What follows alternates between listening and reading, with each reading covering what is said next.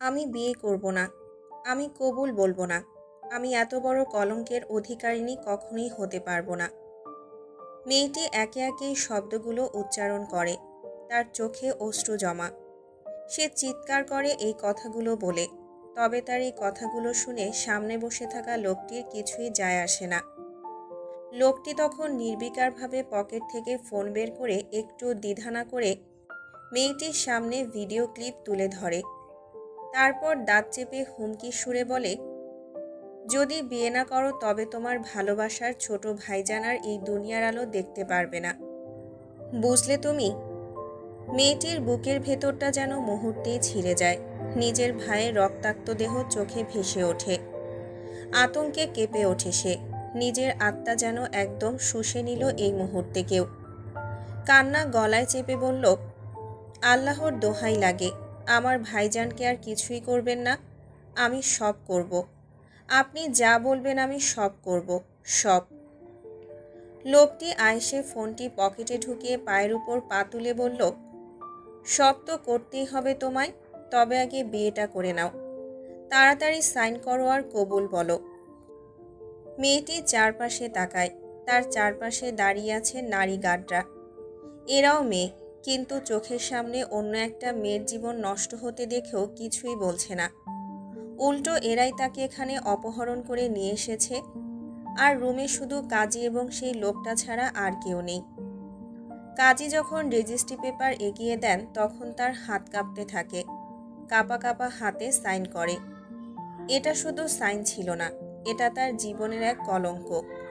যে কলঙ্কের বোঝা সারা জীবন তাকে বয়ে বেড়াতে হবে।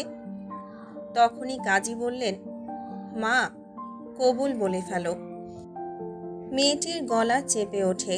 কষ্টের মাঝে হাজারো শব্দ লুকিয়ে আছে, কিন্তু কবুল শব্দটি যেন বেরোতেই চায় না। চোখের সামনে ভাইয়ের রক্তাক্ত দেহ ভাসছে বারবার। চোখে অশ্রু বৃষ্টির মতো ঝরে পড়ছে, থামছেই না। কিন্তু অবশেষে সে গলা দিয়ে অনেক কষ্টে একবার কবুল বলে। এই কবুল শব্দটি যেন তার সারা জীবনের এক অভিশাপ। একসময় এই শব্দটি ছিল তার ভাবনায় নতুন কিছুর সূচনা, কিন্তু আজ সেটা এক কলঙ্কের সূচনায় পরিণত হলো। আবারও ভেতরে নিজের কষ্টকে চেপে ধরে 3 বার কবুল বলে। মেয়েটি এখন আর নিজেকে সামলাতে পারে না। তার শরীর ভেঙে পড়তে চায়। মনটা আর কুলিয়ে উঠতে চায় না। সারা পৃথিবী যেন অন্ধকার হয়ে গেছে। সে জ্ঞান হারিয়ে মাটিতে লুটিয়ে পড়ে। তবে কাঙ্ক্ষিত লোকটি ঠিকই তাকে আগলে ধরে, যেন তার অন্ধকার পৃথিবী থেকে একটু শান্তি নেই। কোলে তুলে সাবধানে তাকে উক্ত মহল থেকে বেরিয়ে আসে এবং গাড়িতে তুলে নেয়। গাড়িটি দ্রুত ছুটে যায় অজানা এক গন্তব্যে।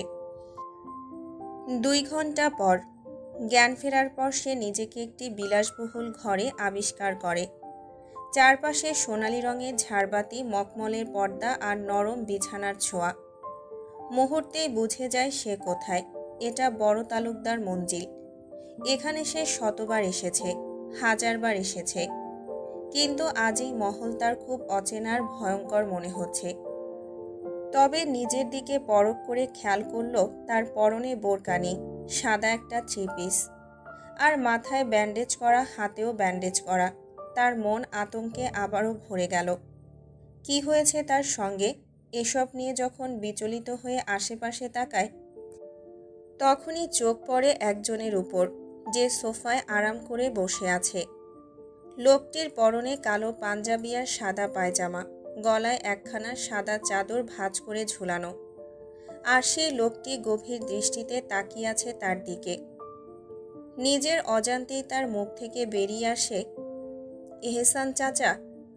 লোকটি ধীরে ধীরে উঠে তার দিকে এগিয়ে আসে। তার চেহারা এক অদ্ভুত ভঙ্গি। লোকটি তার সামনে এসে স্থির হয়ে বসে শান্ত অথচ কঠোর কণ্ঠে বলে, আগে আমি তোমার চাচা ছিলাম, এখন আমি তোমার স্বামী, আর আমি তোমার আপন দাদার সন্তান নই। এই কথায় সে যেন স্থবির হয়ে যায়। কি বলবে বুঝতে পারে না। সব কিছু যেন মাথার উপর দিয়ে যাচ্ছে। আজ তার এই দিনটাও দেখতে হচ্ছে। যাকে কিনা সবসময় চাচা ভেবে এলো, সেই তাকে বাজেভাবে চক্রান্ত করে বিয়ে করলো। আর তার এমন একজনের সাথে বিয়ে হলো যে কিনা বর্তমানে তার আপন পরিবারের ঘোর শত্রু। কিছুক্ষণ চুপ থাকার পর অনেক কষ্টে সে শান্ত কণ্ঠে বলল, আমি কি আপনার কোনো নিকৃষ্ট খেলার অংশ, নাকি আমার বাপ চাচার বিরুদ্ধে প্রতিশোধ নেওয়ার কোনো মাধ্যম?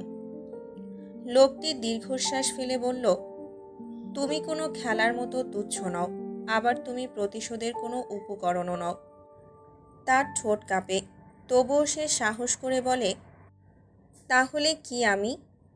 লোকটি এক মুহূর্ত চুপ করে থাকে, এরপর গভীর দৃষ্টিতে তাকিয়ে বলে, তুমি আমার আত্মার আগলে।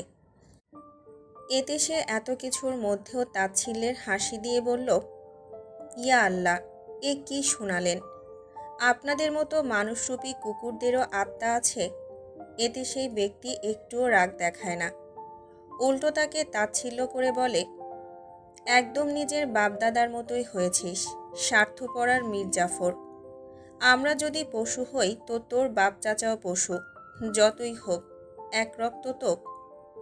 আর যাই হোক, আমার বাপ চাচারা পথে ঘাটে যেখানে ইচ্ছে সেখানে খুন তো করে না, তাই আপনাদের সাথে তাদের তুলনা করবেন না। তোর বাপ চাচা খুনি না হলেও স্বার্থপর মীরজাফর ঠিকই, আর তুই সেই মীরজাফরদের সন্তান। ও, বুঝেছি। তা এখন কি আমায় মেরে ফেলবেন, নাকি ভোগ করে মারবেন, কোনটা? লোকটি তার একদম নিকটে চলে আসে আর নিজের শাহাদাত আঙুল তার ঠোঁটে রেখে ফিসফিসিয়ে বলে, হুস, চুপ, এভাবে বলতে নেই। তুই তো আমার আত্মার আগলে, তোকে মেরে ফেললে আমি আর বেঁচে রইব কই? আর রইল ভোগের কথা, তুই কেন ভোগের জিনিস হবি? তুই কোনো ভোগের জিনিস নস, কিন্তু ভোগ আমি তোকেই করব। তবে ভোগ করে ফেলে দেব না, সারা জীবন রেখে দেব। এতে সে নিজের চোখ বন্ধ করে বড় বড় নিঃশ্বাস নেয়, অতপর চোখ খুলে লোকটির আঙুল নিজের থেকে সরিয়ে দাঁতে দাঁত চেপে বলে, ভুলে যাবেন না আমিও মুস্তফা তালুকদারের নাতনি, আর আপনাদেরই এক রক্ত। তাই আমার দিকে হাত বাড়ালে হাত কেটে রেখে দেব। লোকটা আবারও তাচ্ছিল্যের হাসি দিয়ে বলে, বলেছিলাম না, একদম বাপদাদার মতো হয়েছিস, যারা কিনা কাজের বেলায় লুকিয়ে থাকে, কথার রাজ্যে রাজত্ব করে। আর বাকি রইল তোর দিকে হাত বাড়ানোর কথা। হাত তো অনেক আগের কথা, তোর সাথে সংসার করে ৬-৭টা সন্তানের বাপ হয়ে দেখাবো ইনশাআল্লাহ। সব কিছুর আগে চলুন এবার পরিচয় জেনে নেই। এই যে অচেনা রমণী, তার নাম মাহেজা বিন মেহিনুর, তাকে আমরা মেহিনুর বলেই ডাকব। ছোট তালুকদার মঞ্জিলের মধ্যমণি। তাদের বাড়ির পরিবেশ এমন যে একে একে বহু বছর ধরে নামেই যেন রয়েছে ইতিহাস। তার বয়স ১৯ এবং বর্তমানে মাদ্রাসায় আলেম জামাতে পড়াশোনা করছে। জীবনটা ঠিক মাধুর্যের মতো, কিন্তু তার মধ্যে এক গভীর শূন্যতা রয়েছে। মা নেই, তবে বাবা আছেন। তার বাবা মাঝারুল করিম তালুকদার, এক কথা একজন সম্মানিত ব্যক্তি, যার পদচারণায় গ্রামে শোনা যায় সম্মান, শ্রদ্ধা আর এক নীরব শক্তি। তবে গ্রামের সবার মধ্যে নয়, মেহিনুর ৩ ভাই বোনের মধ্যে সবচেয়ে ছোট।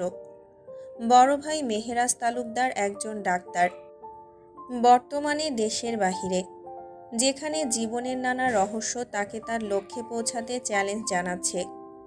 ছোট ভাই মেহেরুব তালুকদার পরিবারের ব্যবসা পরিচালনায় সম্পূর্ণভাবে জড়িত। সে যেন তার বাপদাদার স্বপ্নের উত্তরাধিকারী। সব ধরনের ব্যবসায় অংশগ্রহণ করে নিজের অবদান রাখছে। এ এক অদৃশ্য যুদ্ধে টিকে থাকার লড়াই। মেহিনুরের বাবা এবং তার চাচারা ৬ জন, যার মধ্যে তার বাবা সবচেয়ে বড় অভিভাবকের মতো। তাদের মধ্যে প্রতিটি ব্যক্তি এক একটা শক্তিশালী ব্যক্তিত্বের অধিকারী। তার চাচাদের মধ্যে তৌফিক আজিজ তালুকদার ২য় নাম্বার চাচা। তিনি কখনো অন্ধকারে, আবার কখনো আলোতে, সবসময় এক শক্তিশালী পরিকল্পনার অধিকারী। আবু তাজিম তালুকদার ৩য় নাম্বার চাচা, যার দিকে তাকালে মনে হয় প্রকৃতির রহস্য তার হাতে খেলা করে।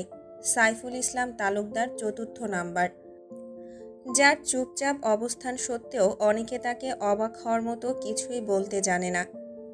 রফিকুল ইসলাম তালুকদার ৫ম নাম্বার চাচা, যার চুপিসার চালনায় কখনো শকুনি হয়ে ওঠে, কখনো সহানুভূতির প্রতীক। মনসুর আহমেদ তালুকদার ৬ নাম্বার চাচা, যার রাগই তার সব। তবে তার ফুপু বর্তমানে নেই। তার দাদা মোস্তফা তালুকদার একজন প্রভাবশালী ব্যক্তি, যিনি বর্তমানে গ্রামের দ্বিতীয় গ্রাম প্রধান হিসেবে দায়িত্ব পালন করছেন। তবে আমি জানি এখন আপনাদের কাছে একটি জ্বলন্ত প্রশ্ন হয়ে দাঁড়িয়ে আছে, কেন তাকে দ্বিতীয় গ্রাম প্রধান বলা হলো। তা জানার জন্য অপেক্ষা করতে হবে। ইনশাআল্লাহ গল্পেই জানতে পারবেন। মেহিনুর আর তার ভাইসহ তারা চাচাতো ভাই বোন ১৫ জন। মেহিনুরের পরিবার একটা জমিদারি পরিবারের অংশ, যেখানে তাদের প্রধান ব্যবসা কৃষি ও ভূমি পরিচালনা। তারা জমি চাষ, মাছ চাষ, পোলট্রি ফার্ম এবং বাণিজ্যিক পণ্য বিক্রির সাথে জড়িত। তার বাবা ও চাচারা স্থানীয় বাজারে কৃষিজ পণ্য, মাছ মাংস বিক্রি করেন এবং হাজারো কারখানাও চালান। জমির উন্নয়ন এবং নির্মাণ কাজও তারা করেন। শুধু কি মুস্তফা তালুকদারের গ্রাম দিয়েই হবে? না, তাই তো তার ছোট ২ ছেলে তাদের বড় ব্যবসায়িক কাজে লাগিয়ে দিয়েছেন। তবে জমিদারি পরিবারের মাঝে আবার কিছু অদৃশ্য খুনাখুনিও রয়েছে, নিজেদের মধ্যে, কিন্তু নিজেদের পরিবারের মধ্যে নয়। এই যে অচেনা লোক, তার নাম এহসান তালুকদার, বয়স ২৮, কিন্তু বয়সের চেয়ে তার জীবনের সঙ্গতি এবং অর্জনই তাকে আলাদা করে দাঁড় করিয়েছে। এক হাতে নিজের বিশাল ব্যবসা সামলায় আর অন্য হাতে বড় তালুকদার মঞ্জিলের সমস্ত কার্যক্রম পরিচালনা করে। তার মধ্যে এখানে রাজনীতি, ব্যবসার ব্যক্তিগত জীবন একসাথে গেঁথে আছে। তবে এখানেই তার শেষ নেই। তার জীবন এক অদৃশ্য যুদ্ধের মতো। এহসানের বাবা মনিরুল তালুকদার একজন বিশিষ্ট ব্যক্তি। মোস্তফা তালুকদারের বড় ভাই। তিনি গ্রামের প্রধান মাতব্বর, যিনি শুধু গ্রাম প্রধানের দায়িত্বে সীমাবদ্ধ নন, বরং তিনি গ্রামের উন্নয়ন, ন্যায় বিচার এবং সমাজের প্রতিটা সমস্যার সাথে যুক্ত। একসময় মোস্তফার মনিরুল ২ ভাইয়ের পরিবার ছিল এক আনন্দময় পরিবার, কিন্তু কিছু কারণে আজ তাদের সম্পর্ক শুধুই শত্রুতা, বিদ্বেষ আর খুনাখুনির মধ্যে রূপান্তরিত হয়েছে। এক সময়ের স্নেহময় সম্পর্ক এখন এক খণ্ড মৃতদেহের মতো, যার প্রতিটা কোণই ছড়িয়ে পড়ে তাদের জীবনে। এহসান মেহিনুরের চাচা সম্পর্কে। এহসান, এনাম ও এমরান ৩ ভাই আর ১ বোন। তাদের নাম মা এনিসা বেগমের আকারে রাখা। তাদের সবার মধ্যে সবচেয়ে ছোট এহসান, আর তার ছোট বোন ছিল এশা সুলতানা। এশা সুলতানা, যে কিনা মেহিনুরের সাথে পড়াশোনা করেছে, তার সম্পর্কটা ছিল আরও জটিল। ২ পরিবারের মধ্যে হাজারো বিবাদ থাকলেও তারা গোপনেই ভালো বন্ধু ছিল। তবে পরিবারদের ভেতরে ছিল এক কঠিন লুকানো দ্বন্দ্ব। এহসানের বাবা মনিরুল তালুকদার গ্রামের প্রধান মাতব্বর। গ্রামে তাদের শব্দ এক বিশাল দাপট, কারণ তারা শুধু শক্তিশালী নয়, বরং ব্যবসা ও রাজনৈতিক ক্ষেত্রেও প্রভাবশালী। তাদের পরিবারের ব্যবসা ছিল অনেক বড়। জমি, পাট, চিনির মিল সবই ছিল তাদের হাতে। গ্রামের মানুষ তাদের কথা মেনেই চলে, আর তাদের সিদ্ধান্তকে চ্যালেঞ্জ করতে সাহস পেত না কেউই। সেই শক্তির কারণে মনিরুল তালুকদারের পরিবারের নাম ছিল সবার মুখে। এই বড় তালুকদার মঞ্জিলের কেউ যদি 10টা খুন করেও বসে গ্রামের মানুষের সামনে, কিন্তু তাও কেউ একটা শব্দ বের করবে না মুখ থেকে, এত দাপট তাদের। বর্তমান। মেহিনুর এহসানের এতটা জঘন্য কথা শুনে রাগে ফেটে পড়ে। তীব্র ক্রোধে সে এহসানের কলার চেপে ধরে দাঁতে দাঁত চেপে বলল, লজ্জা করে না নিজের ভাতিজিকে বিয়ে করতে? লজ্জা লাগে না এমন বেশরম কথা বলতে? একটুও লজ্জা করে না? একটুও করে না? এহসান আবারও তাচ্ছিল্যের হাসি দিয়ে তার অপমানের সুরে বলে, না, লজ্জা করে না। নিজের বউয়ের সাথে বেশরমি কথা বলতে লজ্জা কাপুরুষদের করে, আমার না। আমি তো আর তোর বাপ চাচার মতো কাপুরুষ না, তাই লজ্জা করে না। আর নিজের বউয়ের সাথে যদি বেশরমি কথা না বলি, তবে কি পাড়ার লোকের সাথে বেশরমি কথা বলবো? মেহিনুর চিৎকার করে ওঠে, তার চোখে ক্ষোভের আগুন জ্বলছে। আপনি একটা নীচ মানুষ, এতটা নীচ, এতটা নীচ, এতটা নীচ যে নিজের ভাতিজিকে বিয়ে করেছেন, তাও জোর করে। এহসান মেহিনুরের থেকে নিজের কলার ছাড়িয়ে নিতে নিতে বলল, আলী রাদিয়াল্লাহ কিন্তু ফাতেমা রাদিয়াল্লাহর চাচা ছিলেন। এতে মেহিনুর এতটাই রেগে যায় তার শরীর কেঁপে ওঠে। সে এহসানের থুতুনি নিজের হাত দিয়ে চেপে ধরে, চোখে ক্ষোভের আগুন নিয়ে বলে, খবরদার, এতটা নোংরা মুখে আলী রাদিয়াল্লাহ আর ফাতেমা রাদিয়াল্লাহর মতো পবিত্র মানুষের নাম নেবেন না, মুখ ঝলসে যাবে। এহসান মেহিনুরের হাত নিজের থেকে সরিয়ে মেহিনুরের হাত চেপে ধরে দাঁত চেপে বলল, এই এহসান তালুকদারের শরীরে স্পর্শ করা তো দূরের কথা, কেউ একটা লোমও স্পর্শ করার সাহস পায়নি আজ অবধি। কিন্তু তুই এহসান তালুকদারের কলার চেপে ধরেছিস, থুতুনিও চেপে ধরেছিস। শুধু তোর ছোঁয়া আমার জন্য হালাল বলে আজ তোকে ছেড়ে দিলাম, নয়তো। মেহিনুর নিজের হাত ছাড়িয়ে নেওয়ার চেষ্টা করে দাঁত চেপে বলল, নয়তো কি, নয়তো কি? আপনি একটা পশু, একটা জানোয়ার। এহসান মেহিনুরের হাত আরও শক্ত করে চেপে ধরে বলল, নয়তো এই দুই হাত এখন এই মাটিতে থাকতো, শরীরে নয়। আর আমি পশু জানোয়ার যাই হই না কেন, এই পশুরই আত্মার আগলে তোকে সারা জীবন থাকতে হবে, মনে রাখিস। মেহিনুর নিজের দিকে একবার তাকায়, অতঃপর দাঁত চেপে এহসানের দিকে তাকিয়ে বলল, আমার কাপড় কে চেঞ্জ করেছে? এহসান সোজাসাপটা উত্তর দেয়, আমি।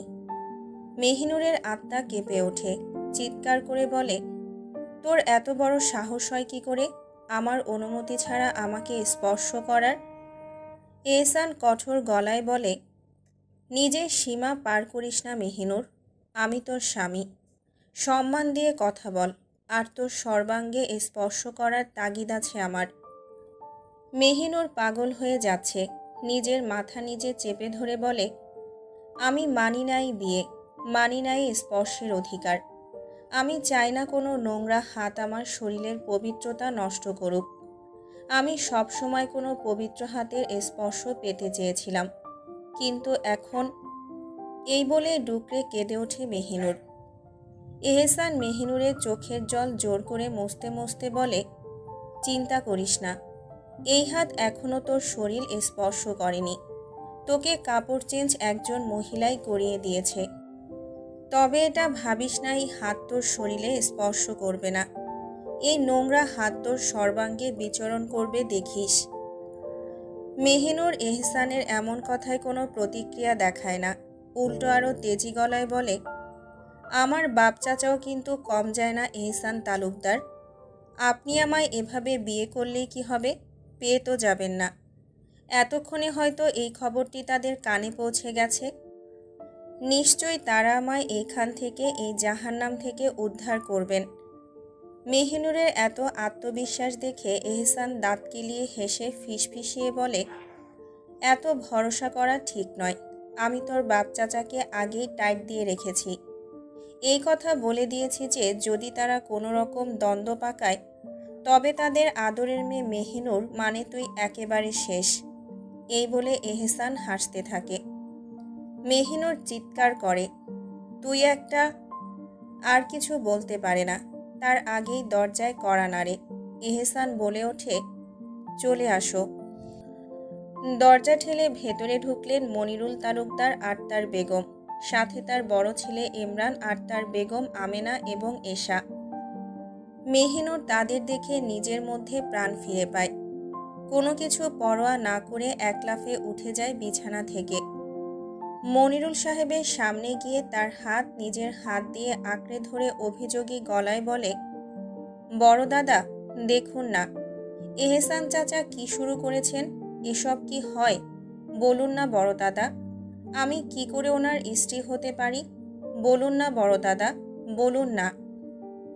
মনিরুল সাহেব মেহিনুরের মাথায় হাত বুলিয়ে বলেন, এ সবই তোর বাপ চাচার বোকামির ফল রে মেহিনুর, এখানে আমার কিছুই করার নেই। মেহিনুর আটকে উঠে ওনার হাত ছেড়ে দেয়। তারপর এনিশা বেগমের হাত ধরে কান্নাজড়িত কণ্ঠে বলে, বড় দাদু, তুমি কিছু বলো, এটা তো অন্যায়। ও বড় দাদি, আমি তোমার নাতনি না, তুমি আমার দাদু না, তাহলে এটা কি করে সম্ভব? বলো বড় দাদু। উনিও মাথা নিচু করে নেন। মেহিনুর ইমরানের কাছে যায় আর বলে, বড় চাচা, তুমি তো কিছু বলো। এটা কি ঠিক? বলো, এহসান চাচা কি ভুল করেনি? ও চাচি আম্মা, তুমি বলো না, এটা ভুল না খারাপ? তারাও কিছুই বললেন না। মেহিনুর এশার কাছে যায়। ওর হাত শক্ত করে জড়িয়ে ধরে কান্না করতে করতে বলে, এশা, তুই তো কিছু বল। এশা, তুই কিছু বল। এটা তো আমার জন্য কলঙ্কের। বল এশা, এশা, বল না। তুই তো আমার সব। তুই কি আমার পাশে থাকবি না? এশা কি বলবে? মেহিনুরের এমন আকুতি শুনে সে নিজেও কান্না করে দেয়। নিজের ভাইজানের প্রতি ঘৃণার পাহাড় জমেছে। মেহিনুর তো তার কলিজার টুকরা। সেই ছোটকাল থেকেই তাদের বন্ধুত্ব। যখন মেহিনুরের মা ক্যান্সারে মারা যান, তখন এভাবেই কেঁদেছিল। আর আজ এভাবে কাঁদতে দেখল মেহিনুরকে। নিজের প্রিয় বান্ধবীকে কাঁদতে দেখে নিজেও চোখের জল ছেড়ে বলে, আমার কিছুই করার নাই রে জান। আমি সত্যি এতটা জঘন্য কিছু কখনোই সমর্থন করি না। তখন মনিরুল সাহেব বললেন, দেখ মেহিনুর, এটা একদমই হালাল, তাই এতে আমি কিছুই করতে পারবো না রে। এটা এহসান আর তোর বাপ চাচার মধ্যে চুক্তি। মেহিনুরের এমন আকুতি মিনতি দেখে নিজের অন্তরও কাঁদছে তার। মনিরুল সাহেব যতই নিজের ছোট ভাইকে দেখতে না পারেন, তবে তার নাতি নাতনিদের যথেষ্ট ভালোবাসেন, আর তাদের মধ্যে সবচেয়ে মেহিনুরকে। কিন্তু ওনার তো কিছুই করার নেই। মেহিনুরের বাপদাদারাই তো এই জঘন্য চুক্তি করেছে। অবশ্যই প্রস্তাবটা নিজেই দিয়েছিলেন এটা মনে করে যে ওরা কখনোই রাজি হবে না মেহিনুরকে এহসানের হাতে তুলে দিতে। কিন্তু এই মানুষগুলো এটাও মেনে নিয়েছে। সবাই কক্ষ ত্যাগ করেন একে একে। মেহিনুর এমন উক্তি শুনে পাথর হয়ে দাঁড়িয়ে থাকে। কি করে এমন একটা কাণ্ড করার পর সবাই এত শান্ত থাকতে পারে? লজ্জা লাগছে এদেরকে একসময় আপন ভাবত সে। নিজের উপর লজ্জা লাগছে।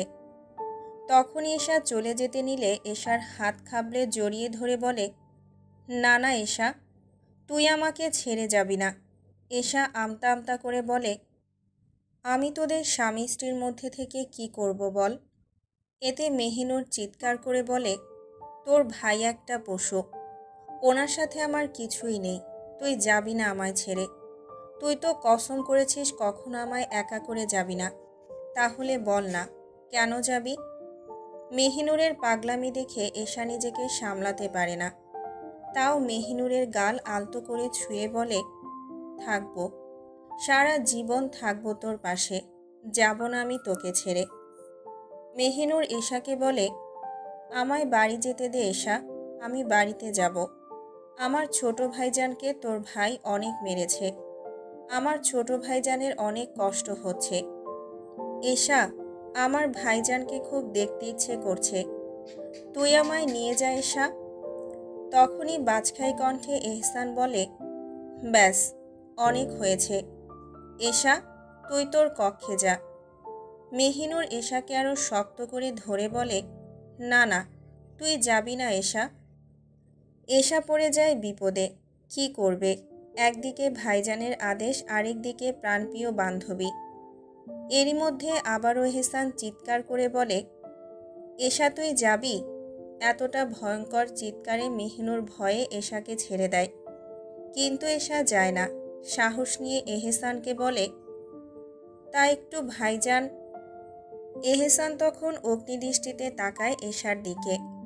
এশার মনে হয় এখন চলে যাওয়াই উত্তম। ভাইজান নিশ্চয়ই পারবে মেহিনুরকে সামলাতে, আর স্বামী স্ত্রীর মধ্যে থাকাটা এখন ঠিকও নয়। তাই এশা মেহিনুরকে ছেড়ে আলগোছে চলে যায়। মেহিনুর পাথর হয়ে দাঁড়িয়ে থাকে।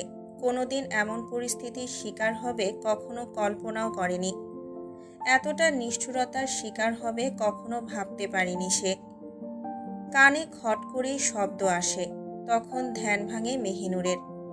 এহসান দরজা লাগিয়ে তার দিকে এগোচ্ছে, কিন্তু মেহিনুর এটা দেখে ঘাবড়ে না গিয়ে উল্টো এহসানের সামনে গিয়ে নিজের দুই হাত জোর করে কান্না করতে করতে আকুতি করে বলে, আপনি দয়া করে আমায় তালাক দিয়ে দিন। আপনার স্ত্রী হওয়ার মতো কলঙ্কে কলঙ্কিত হয়ে বাঁচতে পারবো না আমি। তালাক দিয়ে দিন আমায়। এহসান মেহিনুরের হাত নিজের 2 হাত দিয়ে চেপে ধরে বলে, যেদিন থেকে নিয়ত করেছি তোকে বিয়ে করব সেদিন থেকেই তুই আমার সব কলঙ্কে কলঙ্কিত। আর এমন হাজারটা কলঙ্ক নিয়েই তোকে বাঁচতে হবে সারা জীবন। মেহিনুর এক ঝটকায় নিজের হাত সরিয়ে নেয় এহসানের থেকে। দাঁতে দাঁত চেপে বলে, আপনি একটা অমানুষ। এহসান এসবে পাত্তা না দিয়ে বলে, চুপচাপ অজু করে নামাজ পড়, অনেক আগেই এশার আজান হয়ে গেছে। এই বলে কেবিনেট থেকে টুপি নিয়ে চাদরখানা মেলে গায়ে জড়িয়ে বেরিয়ে যায় রুম থেকে। উদ্দেশ্য মসজিদে যাওয়া, কিন্তু যাওয়ার সময় বেলকনির দরজা আর রুমের দরজা লক করে যায়। মেহিনুর কি করবে বুঝতে পারছে না। তার পরিবারের মানুষগুলো হয়তো অস্থির হয়ে গেছে, আর তার ভাইজান এখন কি করছে আল্লাহই ভালো জানেন।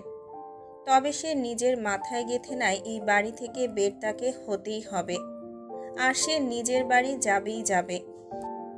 কিন্তু সব কিছুর আগে নামাজ পড়াটা জরুরি, তাই রুমের বাথরুমে গেল। অজু করে এসে অনেক খুঁজে খুঁজে জায়নামাজ পেল, সেটা বিছিয়ে নামাজে দাঁড়ালো। যখন নামাজ শেষে মোনাজাত শুরু করলো, ওই যে কথায় আছে না, আমরা যাকে নিজের সবচেয়ে কাছে সবচেয়ে আপন মনে করি, তার কাছে কষ্টের কথা বলতে গেলে মনে হয় যেন কলিজা ফেটে যাবে। তেমনি নিজের রবের কাছে হাত তুলে বুক ডুকরে কেঁদে ওঠে মেহিনুর, আর বলে, হে দয়াময়, আপনি ছাড়া আমার আর কেউ নেই। আপনি আমার সব গুনাহ মাফ করে দিন। মাবুদ, আপনি ছাড়া যে আমার কেউ নেই। আপনি আমার রব, আমি আপনার বান্দা। আপনিই তো বলেছেন, তোমরা আমাকে ডাকো, আমি তোমাদের ডাকে সাড়া দেব। হে আল্লাহ, আমার জন্য সব সহজ করুন। আমাকে বিপদ থেকে মুক্তি দিন। আমার ইজ্জত আর পবিত্রতা রক্ষা করুন। আপনি আমার সব সমস্যার সমাধান করুন। আমাকে শক্তি ও ধৈর্য দিন। মেহিনুরের চোখ থেকে অঝোর ধারায় জল গড়াচ্ছে। মোনাজাত শেষ করে বলল, লা ইলাহা ইল্লা আন্তা সুবহানাকা ইন্নী কুনতুম মিনাজ জালিমিন। দোয়া একাধারে পড়ে যাচ্ছে, কারণ সে আজ করতে পারছে ভয়ঙ্কর কিছুই হবে এরপর থেকে। তখনই দরজা খোলার শব্দে দরজার দিকে তাকায় মেহিনুর। ভেবেছিল সে ঘৃণিত পুরুষ এসেছে, তবে সে নয়, এশা এসেছে। লক্ষ্য করল এশার হাতে খাবারের প্লেট। এশা মেহিনুরের সামনে হাঁটু গেড়ে বসে আর খাবারের প্লেটের উপর ঢাকনা সরিয়ে বলে, খাইয়ে দিই আমি। মেহিনুর শান্ত গলায় বলে, তোর মনে হয় আমার এই খাবার গলা দিয়ে নামবে এশা? এশা মেহিনুরের দিকে অসহায় দৃষ্টিতে তাকিয়ে বলে, কি করব বল, আমি যে নিরুপায়। যদি এই পরিবারের ক্ষমতা আমার কাছে থাকতো, তাহলে আমি নিজে তোকে বাড়ি নিয়ে যেতাম। খেয়ে নে না জান। ভাইজান বলল গত রাত থেকে কিছুই খাসনি। মেহিনুর দাঁত চেপে বলল, আমি এই খাবার খাবো না। প্রয়োজনে খিদের যন্ত্রণায় মরে যাব, কিন্তু তাও এই নিকৃষ্ট খাবার আমি খাবো না। নিয়ে যা এশা, নিয়ে যা। তখনই রুমের দরজা ঠেলে এহসান ঢোকে। মাথা থেকে টুপি খুলে রেখে বলে, এশা, তুই যা, ও আমার দায়িত্ব, তাই ওকে খাবার খাওয়ানোর দায়িত্বটাও আমার। ভাইজানের আদেশ শুনে এশা আলগোছেই চলে যায়। অতঃপর এহসান মেহিনুরের দিকে এগিয়ে আসে। মেহিনুর কিছুই বলে না, দাঁত চেপে স্থির হয়ে বসা। এহসান ওর সামনে এসে জায়নামাজের উপরের অংশ ভাঁজ করে নেয়। অতঃপর ওখানে বসে প্লেটের খাবার মাখাতে মাখাতে বলে, চুপচাপ হাঁ কর, আমি কোনো জোর জবরদস্তি করতে চাই না। মেহিনুর দাঁত চেপে বলে, আমি খাবো না তো বলেছি। এহসান এসবে পাত্তা না দিয়ে প্লেট মেঝেতে রাখে আর মেহিনুরের গাল চেপে ধরে নিজের বাম হাতে। মেহিনুরের গালখানা ছিঁড়ে যাচ্ছে মনে হচ্ছে, এতটা শক্ত করে ধরেছে এহসান তাকে। মেহিনুরের গাল চেপে ধরে খাবার ঢুকিয়ে দেয় মুখে। এভাবে কয়েক লোকমা ভাত খাওয়ানোর পর কিছুই না বলে উঠে যায় এহসান। অতঃপর এক গ্লাস পানি মেহিনুরের সামনে রেখে রুম থেকে চলে যায়। নিচে এসে দেখতে পায় যে সবাই একসাথে বসে আছে সোফায়। এশাকে ইশারা দিতেই এশা এহসানের হাত থেকে খাবারের প্লেট নিয়ে নেয় আর একটা পানির বাটি এগিয়ে দেয়। তাতে এহসান হাত ধুয়ে সবার সামনে যায়।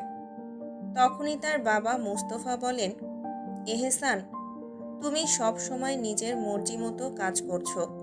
আমি সবার সব কিছুতে হস্তক্ষেপ করলেও তোমার বেলায় করিনি, কারণ আমি জানতাম তুমি সব জেনে বুঝেই করো বা করবে। কিন্তু আমার এই বিষয়টা খুব বাজে লাগছে।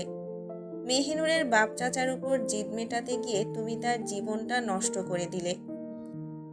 এহসান শান্ত সুরে বলে, ওকে তো আমি বিয়ে করতে চাইনি। ওর বাপ চাচাই আমার হাতে ওর হাত তুলে দেওয়ার চুক্তি করেছে। তার বদলে ওরা পশ্চিম বনের সব জমি নিয়েছে। কিন্তু তারপরও ওরা ওকে আমার হাতে তুলে দেয়নি। তাই আমি নিজেই নিয়ে নিয়েছি নিজের জিনিস। বুঝলে আব্বা, এতে কোনো অন্যায় নেই। ইমরান তখন বলেন, আমরা বুঝেছি, কিন্তু মেহিনুরকে দিয়ে তুই কি করবি? তুই যদি বলতি ওর চেয়ে উত্তম কাউকে তোর জন্য এনে দিতাম।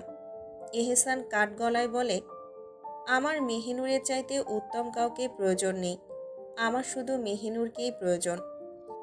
এনাম বলেন, কিন্তু ও তোর ভাতিজি হয়ে কি করে তুই ওর সাথে থাকবি বল? এহসান সোজাসাপটা উত্তর দেয়, ও আমার ভাতিজি ফুপু খালা যাই হোক, এখনও আমার বিবাহিত স্ত্রী, আমার হালাল নারী, তাই ওর সাথে থাকবো আমি যে করেই হোক। এই বলে সোজা সিঁড়ি বেয়ে নিজের রুমে চলে যায় এহসান। রুমে গিয়ে দেখে মেহিনুর বেলকনির দরজার সামনে দাঁড়িয়ে আছে। বোঝাই যাচ্ছে পালানোর পথ খুঁজছে সে। তাই ওর নিকটে গিয়ে তাচ্ছিল্য করে বলে, পালানোর সুযোগ খুঁজছিস? এক মনে পালানোর প্ল্যান করছিল এখানে দাঁড়িয়ে মেহিনুর। হঠাৎই পেছন থেকে এহসানের কথা শুনে কিছুটা ঘাবড়ে যায়। তবে নিজেকে সামলিয়ে ওর দিকে তাকিয়ে দাঁত চেপে বলে, হ্যাঁ করছি, তোর কি তাতে, শয়তান পুরুষ। এতে এহসান ঠাস করে মেহিনুরের গালে একটা থাপ্পড় বসিয়ে দেয়। এতটা জোরে থাপ্পড় খেয়ে মেহিনুরের দুনিয়া ঘুরতে থাকে। চোখে অন্ধকার শুধু ভেসে ওঠে। যখনই থাপ্পড়ের টাল সামলাতে না পেরে পড়ে যেতে নেয়, তখনই এহসান ওর বাম হাতের বাহু শক্ত করে চেপে ধরে আর দাঁত চেপে বলে, এরপর থেকে যদি আমায় অসভ্যের মতন সম্বোধন করেছিস, তাহলে এমন হাজারটা চর পড়বে তোর গালে। বেয়াদব নারী, নিজের স্বামীর সাথে কথা বলার ধরন শিখিসনি?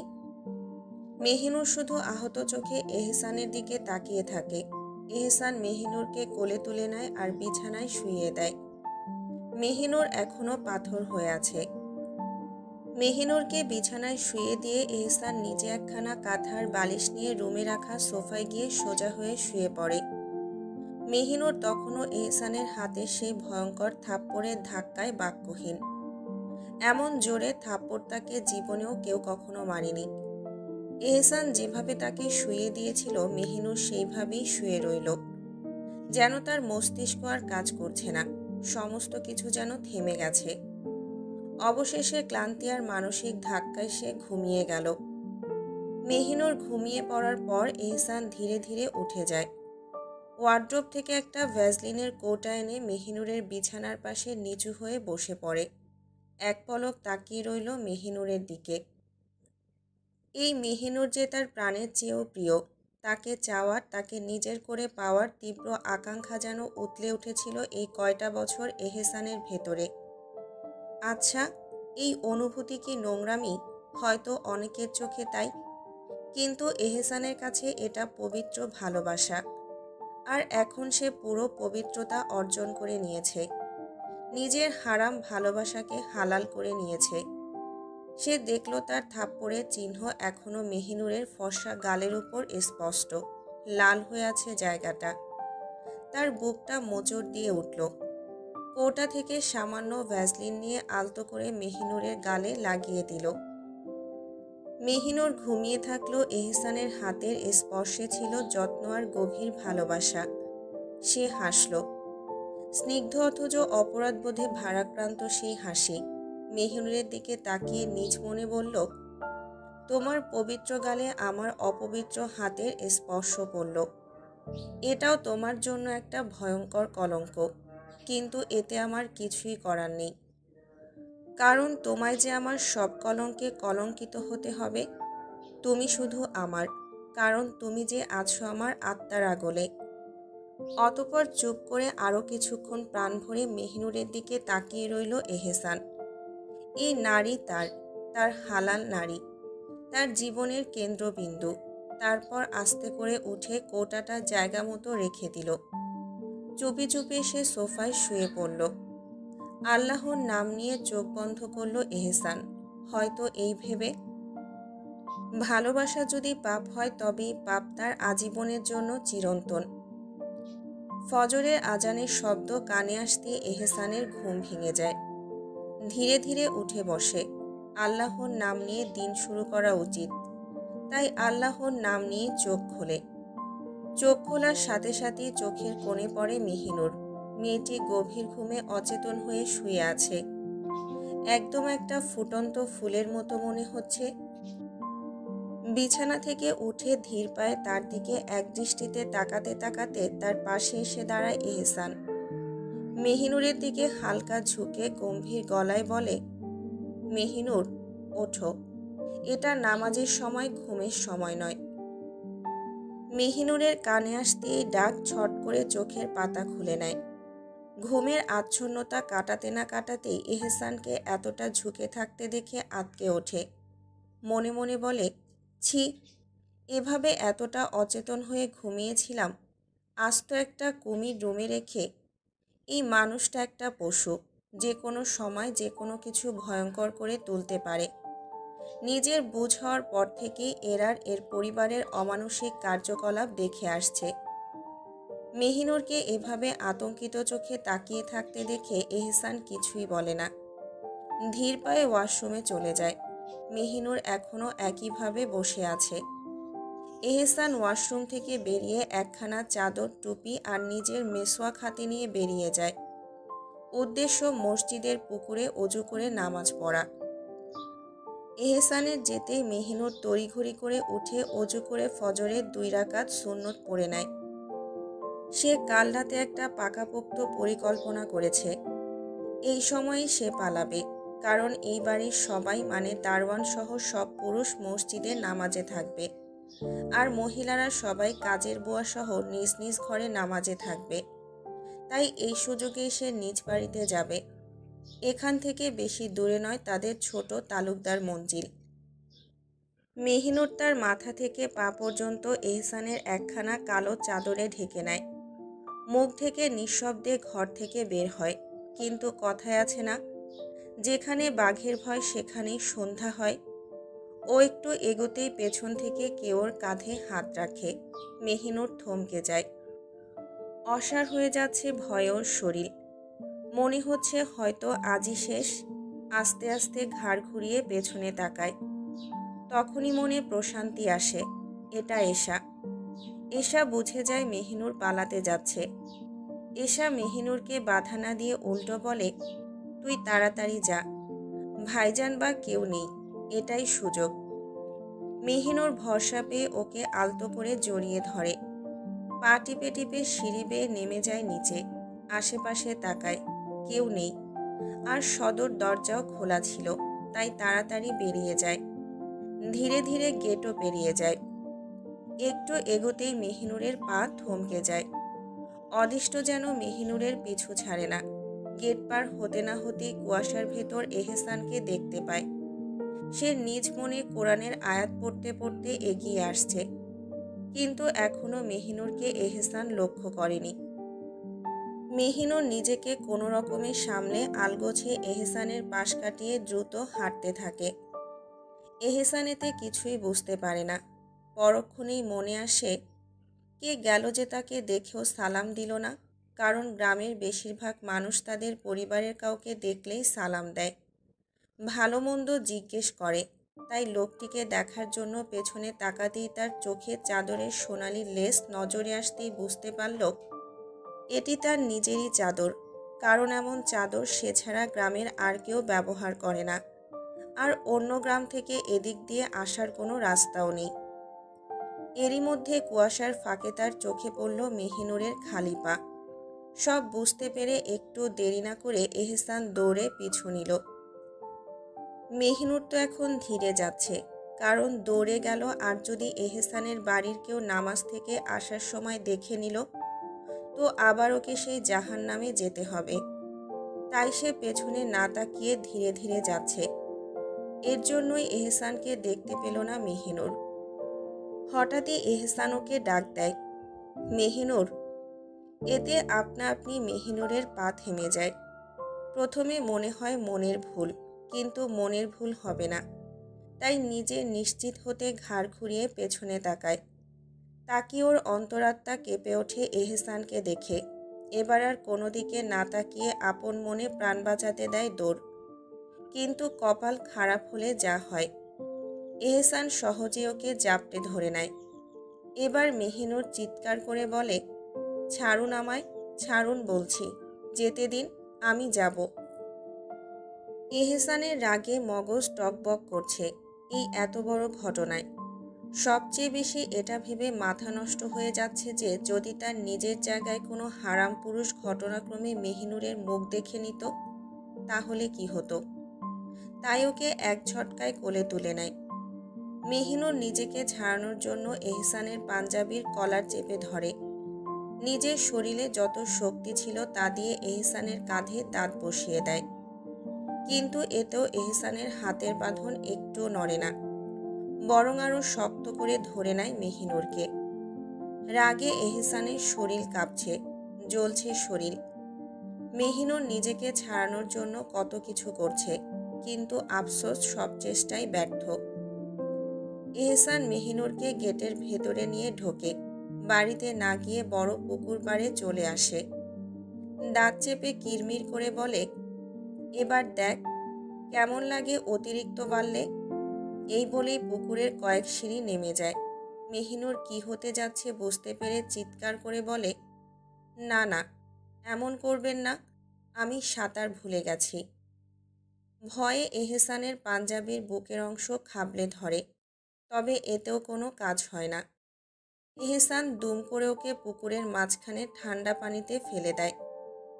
এহসান মনে করেছিল মেহিনুর মিথ্যা বলছে, কারণ গ্রামের মেয়ে হয়ে কিভাবে সাঁতার কাটতে জানবে না। ঠিকই পুকুর থেকে উঠে যাবে, কিন্তু সে তো আর জানতো না সত্যি তার প্রাণপ্রিয় নারী সাঁতার ভুলে গেছে। এদিকে মেহিনুর হাত পা ছোড়াছুড়ি করছে, কিন্তু কিছুই বলতে পারছে না। বারবার পানি খাচ্ছে, আর কিছু করতে না পেরে দম থাকতে কালেমা পড়ে নেয়। বুঝে নেয় এটাই হয়তো শেষ, আর কিছুক্ষণের মধ্যেই হয়তো আজরাইল এসে এই দেহ থেকে প্রাণখানা ছিনিয়ে নেবেন। তাই তলিয়ে যেতে থাকে। মেহিনুরকে হাত পা ছোড়াছুড়ি করতে না দেখে কলিজা মুচড়ে ওঠে এহসানের। চোখে ভেসে ওঠে তার প্রাণপ্রিয় নারীর পানিতে তলিয়ে যাওয়ার দৃশ্য। নিজের চাদর রেখে এক লাফে পুকুরে ঝাঁপ দেয়। অতঃপর সে অতি যত্নে প্রাণপ্রিয় নারীর অচেতন দেহখানা তুলে নিয়ে আসে পানি থেকে। কলিজা ফেটে যাচ্ছে এমন অবস্থায় মেহিনুরকে দেখে। মেহিনুরের পরনে সাদা ড্রেস, পায়জামা ভিজে ওর ফর্সা শরীরের সাথে লেগে আছে। এতেও শরীরের অব্যয় এহসানের চোখের সামনে স্পষ্ট।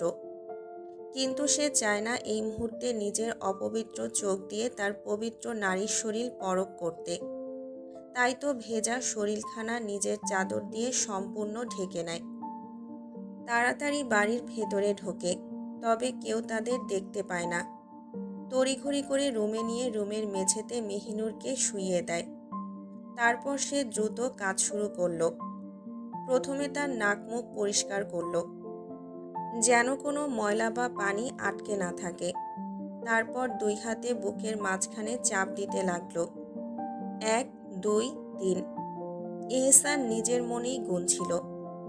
30 বার চাপ দেওয়ার পর মেহিনুরের মুখে মুখ লাগিয়ে 2 বার শ্বাস দিল। মেহিনুরের শরীর একটু নড়ল। এহসান আবার শুরু করলো। বুকে চাপ আর শ্বাস দেওয়ার প্রক্রিয়া অবিরাম চালিয়ে গেল। একসময় মেহিনুর কাশতে শুরু করলো। গলা দিয়ে পানি আর কফ বেরিয়ে এলো। শান্ত হও, এহসান ফিসফিস করে বলল। মেহিনুর আবারও নিজের জ্ঞান হারায়। এহসান মেহিনুরকে রেখে তাড়াতাড়ি এশার রুমে যায়। গিয়ে দেখতে পেল এশা নিজ রুমে পায়চারি করছে। এশা হতবাক হয়ে যায় এমন অবস্থায় তার ছোট ভাইজানকে দেখে। কিছু বলার জন্য মুখ খুলতে যাবে, তখনই এহসান বলে ওঠে, তাড়াতাড়ি আয় এশা, একটা 3 পিস নিয়ে আয় তোর আমার রুমে। এশা কিছু বলতে যাবে আবারও। এহসান তাড়া দিয়ে বলে, তাড়াতাড়ি আয়। এশাও তাড়াতাড়ি ক্যাবিনেট খুলে সামনে একটা কালো রঙের 3 পিস পেয়ে এহসানের পিছু পিছু তা নিয়ে তার রুমে যায়। গিয়ে মেহিনুরের নিথর দেহখানা মেঝেতে পড়ে থাকতে দেখে কলিজা মুচড়ে ওঠে তার। এহসানের দিকে তাকিয়ে কাঁপা কাঁপা গলায় বলে, ভাইজান, কি করেছেন আপনি ওর? এমন অবস্থা হলো কি করে? এহসান দাঁত চেপে বলে, চুপচাপ ওর কাপড় চেঞ্জ করে দে। আর ওকে তুই পালাতে সাহায্য করেছিস, তাই না? এখন তো মনে চাচ্ছে তোকেও ওর মতো পুকুরে ফেলে ডুবিয়ে মারি। এশা চুপসে যায়। এহসান এই কথা বলেই বেরিয়ে যায়। এশা মেহিনুরের কাপড় চেঞ্জ করে বাইরে আসে। এহসান ওকে বলে, এশা, এটা যেন কেউ না জানে। এশা মাথা নাড়িয়ে চলে যায়। মেহিনুরকে এসে আলতো করে বিছানায় শুইয়ে দেয়। অতঃপর নিজের কাপড় বদলে নেয়। বিছানার কাছে এসে দেখে মেহিনুরের ভেজা চুলে বালিশ সহ বিছানার চাদরও ভিজে গেছে। তাই নিজের গা মোছার টাওয়াল নিয়ে মেহিনুরের মাথার পাশে বসে অতঃপর আলগোছে মেহিনুরের চুলগুলো মুছে দেয়। মেহিনুরের চুলগুলো খুব বেশি ঘন আর লম্বা, তাই এহসানের টাওয়াল সম্পূর্ণ ভিজে যায়। এহসানের টাওয়াল রেখে অন্য একখানা নিয়ে এসে মেহিনুরের চুল ভালোভাবে মুছে দেয়। এদিকে এশা রান্নাঘরে গিয়ে হাউমাউ করে কেঁদে ওঠে। এতে ওর মা, বড় ভাবি, ছোট মেজ ভাবি সবাই ভড়কে যান হঠাৎ এমন অস্বাভাবিকভাবে এশাকে কাঁদতে দেখে। এনিসা বেগম এশার সামনে এসে বলেন, কি রে, কি হয়েছে? এভাবে কাঁদছিস কেন? এশা নিজের কান্না থামিয়ে বলে, আম্মা, আম্মা। এই বলে একটু থেমে আবার বলে, আম্মা, ছোট ভাইজান মেহিনুরকে পুকুরে ফেলে দিয়েছে।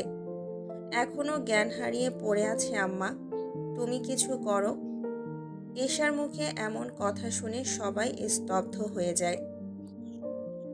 এনিসা বেগম, ইমরানের বেগম আমেনা আর এনামের বেগম আয়শার এশা সবাই এক প্রকার ছুটে যায় এহসানের কক্ষের দিকে। গিয়ে দরজায় কড়া নাড়ে। এহসান এসে দরজা খুলে দিতে হুড়হুড় করে সবাই কক্ষে প্রবেশ করে। এনিসা বেগম গিয়ে অবচেতন মেহিনুরের পাশে বসে। মেহিনুরের এমন অবস্থা দেখে এনিসা বেগম রেগে ছেলের দিকে তাকিয়ে বলেন, বিয়ে করেছিস বলে কি মাথা খেয়ে নিয়েছিস? এখন যা ইচ্ছে তাই করবি তুই? মেরে ফেলবি পরের মেয়েকে? কি করে পারলি এমন অবস্থা করতে ওর? এহসান মায়ের দিকে শান্ত দৃষ্টিতে তাকিয়ে বলে, ও পরের মেয়ে আগে ছিল, এখন ও আমার আপন অর্ধাঙ্গিনী। আর রইল এমন অবস্থার কথা, এটার জন্য সে নিজেই দায়ী। পালাতে যাচ্ছিল ফাঁকি দিয়ে। আর তোমরা কোথায় ছিলে শুনি? আস্ত একটা মানুষ এত বড় মহল থেকে বেরিয়ে গেল, আর তোমরা খবরও পেলে না? নাকি ইচ্ছে করে ওকে পালাতে দিয়েছ? কোনটা শুনি? এই বলে ঘর থেকে বেরিয়ে যেতে নিয়ে আবারও ঘাড় ঘুরিয়ে বলল, এই অসভ্য বেয়াদবের জ্ঞান ফিরাও, আর কিছু খাওয়াও, আমি আসছি। এই বলে বেরিয়ে আসে নিজের কক্ষ হতে। নিচে এসে দেখে সোফায় ওর বাবা বসে আছেন আর মেঝো ভাই এনাম। তাদের নিকটে গিয়ে বসে এহসান। আব্বা, এখন আপনি আপনার ছোট ভাইকে ফোন দেবেন। মোস্তফা সাহেব শান্ত সুরে বললেন, কেন? এহসান নিজের চাদর ঠিক করতে করতে বলে, বলবেন যে উত্তরের মাঠে আসতে, যদি ওরা ওদের মেয়েকে ফেরত চায়। জমির কাগজ নিয়ে আসতে।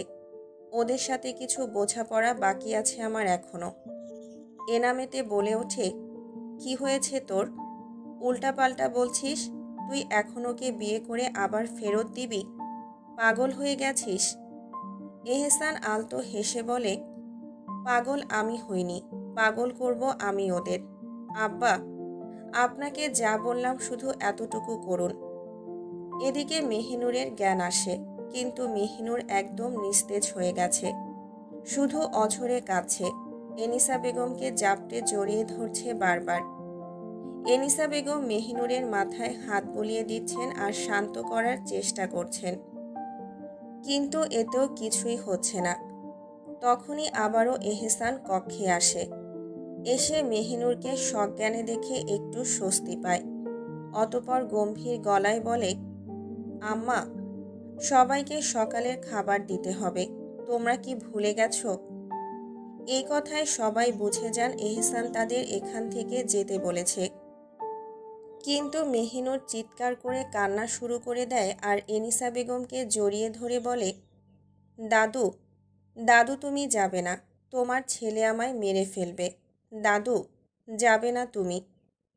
এনিসা বেগম ওর মাথায় হাত বুলিয়ে দিতে দিতে বলেন, কিচ্ছু করবে না তোর সাথে এহসান, আর আমায় যেতে তো হবেই, সবাইকে নাস্তা দিতে হবে যে। অনেক কষ্টে এনিসা বেগম নিজেকে মেহিনুরের থেকে ছাড়িয়ে সবাইকে নিয়ে কক্ষ থেকে বেরিয়ে যান। ওরা যেতেই এহসান ঠাস করে কক্ষের দরজা লাগিয়ে দেয়। এমন পরিস্থিতি দেখে মেহিনুরের ভয় দ্বিগুণ বেড়ে যায়। এহসান ওর দিকে ক্রমশই এগিয়ে আসছে। একসময় এহসান মেহিনুরের একদম নিকটে চলে আসে। মেহিনুর ভয়ে চিৎকার করে কাঁদতে কাঁদতে 2 হাত দিয়ে বিছানার চাদর খামচে ধরে। মেহিনুরকে কাঁদতে দেখে এহসান হো হো করে হেসে ওঠে আর বলে, ব্যাস, এই শেষ তোমার সাহস? ওহে আমার সাহসী নারী, কোথায় গেল তোমার এত সাহস? এই বলে আরেকটু ঝুঁকে এহসান মেহিনুরের দিকে এগোলো। মেহিনুর চিৎকার করে বলে উঠল, আমার কাছে আসবেন না, আপনি একটা পাপ, আপনি অপবিত্র, কলঙ্ক একটা। এহসান মেহিনুরের ঠোঁটে আলতো করে নিজের শাহাদাত আঙুল রেখে ফিসফিসিয়ে বলে, হ্যাঁ আমি পাপ, আমি অপবিত্র, আমি কলঙ্ক, কিন্তু আমার এত এত পাপ, এত অপবিত্রতা, এত কলঙ্কের মাঝেও তুই আছিস, তো আমার এক পবিত্র অস্তিত্ব তুই। মেহিনুর ভয়ে কিছু বলতে পারছে না, আর না পারছে নিজের থেকে এহসানকে সরাতে। এহসান নিজেই মেহিনুরের থেকে হাত সরিয়ে নেয় আর হুমকির সুরে বলে, এরপর এমন কিছু করেছিস তো এই আমি আল্লাহর কসম খেয়ে বলছি, তোর অস্তিত্ব এই দুনিয়া থেকে ঝেড়ে ফেলব। মেহিনুর নিজের কান্নায় ঠোঁট কামড়ে থামানোর চেষ্টা করে বলে, কেন তুলে আনলেন আমায়? ওভাবেই ছেড়ে দিতেন, মরে যেতাম এতক্ষণে। এহসান মেহিনুরের সামনে বসে ওর গাল বেয়ে অঝোর ধারায় যে চোখের জল ঝরছে তা মুছতে মুছতে বলে, তোকে এত সহজে মরতে দিই কি করে? তোকে যে আমার দহনে তিলে তিলে পুড়ে মরতে হবে সারা জীবন। মেহিনুর ঠোঁট ভেঙে কেঁদে দিয়ে বলে, আমায় স্পর্শ করবেন না, আপনার স্পর্শ যে আমার জন্য এক ভয়ঙ্কর কলঙ্ক। আল্লাহর হস্তে আমায় স্পর্শ করবেন না, আমার পবিত্রতা নষ্ট করবেন না। এহসান মেহিনুরের গাল আলতো করে ধরে বলে, আমার অপবিত্রতা শুধু তোমার শরীর নয়, স্পর্শ করবে তোমার অন্তরও। এই কলঙ্কের ছোঁয়ায় তোমার পবিত্রতাকে করবে কলঙ্কিত। মেহিনুর স্তব্ধ হয়ে যায়, মুখ দিয়ে আর কথা বের হচ্ছে না, শুধু আঁখি দিয়ে জল গড়াচ্ছে তার। এহসান আবারও অতি আদরে মেহিনুরের চোখের জল মুছে দিয়ে বলল, এতটুকুই? এত কাঁদলে হবে? তোমায় যে সারা জীবন কাঁদতে হবে। মেহিনুর কান্না চাপা গলায় বলল, কেন বিয়ে করেছেন? কেন আপনি আপনার পাপের সাথে আমায় জড়িয়েছেন? আচমকাই এহসান মেহিনুরের মাথা নিজের বলিষ্ঠ বক্ষস্থলে জড়িয়ে ধরে আর ফিসফিস করে বলে, জড়াইনি, জড়িয়ে গেছিস।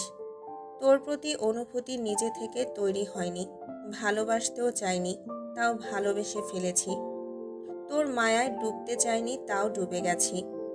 নিজের অজান্তেই তোকে নিজের আত্মার আগলে আঁকড়ে ফেলেছি।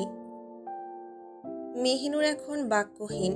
কখনো কোনো পুরুষের এতটা সংস্পর্শে আসা তো দূরের কথা, বোঝ হবার পর থেকে নিজের বাড়ির পুরুষ ছাড়া অন্য পুরুষের সামনেও পড়েনি, অথচ আজ তাকে একজন পাপিষ্ঠ পুরুষ নিজের বক্ষস্থলে এভাবে জড়িয়ে ধরেছে।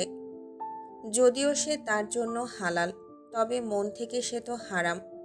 সারা শরীর বরফের ন্যায় জমে গেছে পুরুষালী স্পর্শে। ভয়ে কলিজা ফেটে যাচ্ছে। ঢোক গিলতেও পারছে না, কষ্ট হচ্ছে। এরই মধ্যে এহসানের গায়ে সেই অদ্ভুত সুগন্ধির ঘ্রাণ। এই ঘ্রাণটা মেহিনুরকে আরও অস্থির করে তুলছে। মনে হচ্ছে আরও ভালো করে নাক দিয়ে শুঁকতে হবে এই ঘ্রাণটা। কিন্তু তা কখনোই নিজের পক্ষে সম্ভব নয়। এটা করলে নিজের প্রতি নিজেরই ঘৃণা আসবে।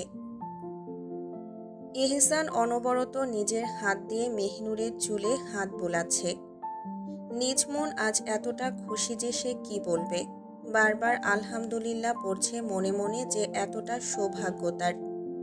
নিজের প্রাণপ্রিয় নারীকে, স্বপ্নের নারীকে এভাবে হালালভাবে জড়িয়ে ধরার তকদির হয়েছে তার। কয় পুরুষেরই এমন কলঙ্কিত ভালোবাসা পূর্ণতা পায়। তাই তো এত খুশিতে একখানা কোরআন খতম মেনেছে আর 2টা গরু কোরবানি করার নিয়ত করেছে আল্লাহর সন্তুষ্টি লাভের জন্য। টানা 5 মিনিট মেহিনুরকে নিজের বক্ষস্থলে লেপ্টে রাখার পর এহসান মেহিনুরের 2 হাতের বাহু আলতো করে ধরে, নিজের বক্ষস্থল থেকে আলাদা করে। মেহিনুর যদি পারত তাহলে ছিটকে দূরে সরে যেত, কিন্তু তা যে সম্ভব নয়। এহসান তার বাহু ঠিকই জড়িয়ে ধরে আছে। মেহিনুর এবার আর কাঁদে না। নিজের ভেতরের দুর্বলতা, ভয়কে এক প্রকার চাপা দিয়ে এহসানের চোখে চোখ রাখে। কিন্তু এতেও ভেতর কাঁপছে, অন্তরও কাঁপছে। তাও যথেষ্ট নরম কণ্ঠে বলে, কেন বারবার নিজের অপবিত্র স্পর্শ দ্বারা আমায় স্পর্শ করছেন? এহসান মৃদু হেসে ডান হাতে মেহিনুরের গাল স্পর্শ করে বলে, বলেছি তো একবার, আমার অপবিত্র স্পর্শ তোর পবিত্রতাকে আলিঙ্গন করবে 1000 বার। তখনই এশা দরজার বাহির থেকে ডাক দেয়। এহসান গিয়ে দরজা খুলে দিলে এশা এহসানের হাতে একটা ট্রে ধরিয়ে দেয়, যাতে 1 বাটি স্যুপ আর কিছু ফল ছিল। এশা বলে, এগুলো মেহিনুরের। এহসান বলে, তুই যা। এশা চলে যায়। এহসান খাবার নিয়ে মেহিনুরের সামনে এসে বসে আর বলে, তাড়াতাড়ি খেয়ে নে, তোকে তোর বাপ চাচার সাথে দেখা করতে যেতে হবে। মেহিনুর এমন কথা শুনে তাচ্ছিল্যের হাসি দিয়ে বলে, বাচ্চা না আমি। এহসান গম্ভীর গলায় বলে, জানি তুই বাচ্চা না, আমার ভবিষ্যৎ বাচ্চার মা, এটা বলতে হবে না। মেহিনুর ঘৃণার চোখে তাকিয়ে বলে, একটু লজ্জা করে না? একটু লজ্জা করে না এমন বাণী মুখ দিয়ে উচ্চারণ করতে? এহসান 1 চামচ স্যুপ বাটি থেকে নিতে নিতে বলে, না, লজ্জা করে না। আগেই তো বলেছি, কাপুরুষদের বউয়ের সামনে লজ্জা করে, পুরুষদের নয়। মেহিনুর দাঁতে দাঁত চেপে কিছু বলার জন্য মুখ খুলবে, তখনই এহসান মেহিনুরের মুখে স্যুপের চামচ ঢুকিয়ে দেয় আর হুমকি সুরে বলে, আমি মজার মানুষ নই, তাই মজা করছি না। সত্যিই তোকে তোর বাপ চাচার সাথে দেখা করতে যেতে হবে, তাই চুপচাপ খেয়ে নে। মেহিনুর চুপচাপ খেয়ে নেয়। সত্যি বলতে সে ক্ষুধার যন্ত্রণা সহ্য করতে পারে না। তাই তো চুপ করে এহসান মুখে যা দেয় বিষ মনে করেই খেয়ে নেয়। খাওয়া শেষ হলেই দরজায় আবারও কড়া নড়ে। এহসান হালকা করে দরজা খুলল। দেখল হাসিব এসেছে। তার ডান হাত বাম হাত হলো হাসিব। হাসিব এসে বলল, ভাইজান, উত্তরের মাঠে আপনার জন্য ছোট তালুকদার আর তার ছেলে নাতিরা অপেক্ষা করছেন। এহসান মুচকি হেসে বলে, তুই গাড়ি রেডি কর, আমি আসছি। এই বলে দরজা লাগিয়ে মেহিনুরের দিকে তাকায় আর বলে, তাড়াতাড়ি রেডি হয়ে নে, যেতে হবে। মেহিনুরের সোজা উত্তর, মেরে ফেলবেন নিয়ে আমায়? এহসান কাবার থেকে নিজের পিস্তল পাঞ্জাবির পকেটে নিতে নিতে বলে, বাপ চাচার মুখ সারা জীবনের মধ্যে যদি দেখতে চাস একবার তো চল, নয়তো আর সুযোগ পাবি না। এই বলে কেবিনেট থেকে একটা প্যাকেট ছুঁড়ে মারে মেহিনুরের দিকে, তাড়াতাড়ি বোরকাটা পরে তৈরি হয়ে নে। মেহিনুর ধীরে ধীরে উঠে দাঁড়ায়। অতঃপর হিজাব নিকাব সহ বোরকা পরে নেয়। এক প্রকার নিজেকে সম্পূর্ণ ঢেকে নেয় পা থেকে মাথা অবধি। এহসান মেহিনুরের হাত ধরে বেরিয়ে যায় কক্ষ থেকে। আর মেহিনুরের কলিজা বারবার ফেটে পড়ছে এই মনে করে যে সে মুক্ত হবে হয়তো, আবার এই মনে হচ্ছে তা কখনোই সম্ভব নয়। এহসান নিচে এসে তার মাকে ডাক দেয়, আম্মা, আম্মা। এনিসা বেগম তাড়াতাড়ি রান্নাঘর থেকে বের হয়ে আসেন। তিনি জানেন যে এখন তার ছেলে উত্তরের মাঠে যাচ্ছে। তাই এহসানকে কিছু বলার সুযোগ না দিয়ে বললেন, যাচ্ছ তো বাবা, যাও, তবে মাথায় রেখো কোনো মায়ের বুক যাতে খালি না হয়। এহসান উত্তরে বলে, ইনশাআল্লাহ, আশা করি এমন কিছুই হবে না। এই বলে মাকে আর বাবাকে সালাম দিয়ে সদর দরজা পার করে। গেট অতিক্রম করতেই মেহিনুরের চোখে তাক লেগে যায়। এক সারিতে পুরো 10টা গাড়ি। এহসান মাঝখানের একটা গাড়িতে ওকে নিয়ে প্রবেশ করে। অতঃপর গন্তব্য হয় উত্তরের মাঠ। এই মাঠ শুধু মাঠ নয়, একটা যুদ্ধক্ষেত্র। এই মাঠের মাটি যে কত রক্ত খেয়েছে, কত মানুষের মাংস নিজের বুকে চেপে রেখেছে তা অজানা। এই মাঠে যে কত রক্তের ইতিহাসের সাক্ষী তা আল্লাহ তাআলাই ভালো জানেন। তাই তো মেহিনুরের কলিজা বেরিয়ে আসার উপক্রম। 10 মিনিট পর উত্তরের বিশাল মাঠে গাড়িগুলো থামে একসাথে। সামনের গাড়ি থেকে কালো পোশাক পরা 20 জনের মতো গার্ড বের হয়। অতঃপর পেছনের গাড়িগুলো থেকে এহসানের লোকেরা, যারা সাধারণ পোশাক পরা, তবে এক একজন শিকারীর চেয়েও ভয়ঙ্কর। এরপর এহসানের গাড়ির দরজা খুলে দেয় হাসিব। কোনো রকম তাড়াহুড়ো না করে এহসান গাড়ি থেকে নিজের 2 পা মাটিতে রাখে। অতঃপর গলায় ঝুলে থাকা চাদরখানা কাঁধে ফেলে। মেহিনুরের দিকে হাত বাড়ায়। ভয়ে মেহিনুরের সারা শরীর অসাড় হয়ে গেছে। হাত কাঁপছে কলঙ্কিত হাতে হাত রাখতে। তবে উপায় যে নেই, তাই এহসানের হাতে হাত রাখে মেহিনুর। এহসান তাকে গাড়ি থেকে নামায়। গাড়ি থেকে নেমেই মেহিনুরের চোখ পড়ে কিছুটা দূরে নিজের আপনজনদের দিকে। কিছুটা দূরে ওর বাবার 6 চাচা সহ আরও একজন অচেনা পুরুষ দাঁড়িয়ে আছেন। তাদের পেছনেও অনেক লোকজন রয়েছে। এহসান ধীরে ধীরে মেহিনুরের হাত ধরে এগিয়ে যায়। তাদের দিকে এক পর্যায়ে এসে দাঁড়ায়। মেহিনুরের মেজো চাচা কিছু বলতে যাবেন, কিন্তু মেহিনুরের বাবা তাকে হাত দিয়ে থামিয়ে দেয়। নিজে এহসানের দিকে শান্ত দৃষ্টিতে তাকিয়ে বলেন, তোদের জমির ভাগ তোরা নিয়ে নে, আর আমার মেয়েকে আমায় দিয়ে দে, এই নে দলিল। এই বলে দলিল এগিয়ে দেন এহসানের কাছে।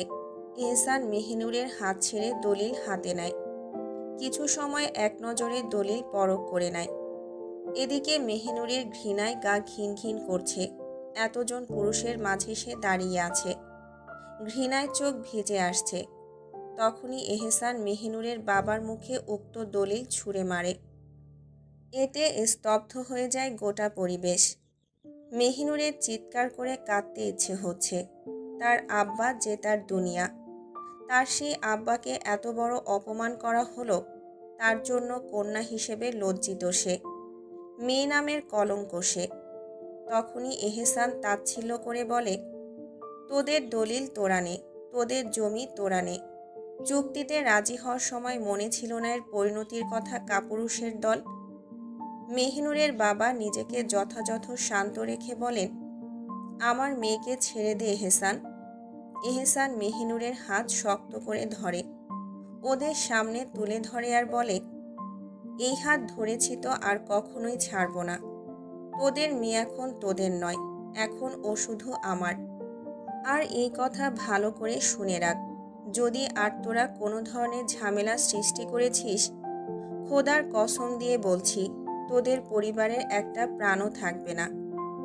তখনই সেই অচেনা পুরুষ বলে ওঠে, যা ইচ্ছে তাই নাকি?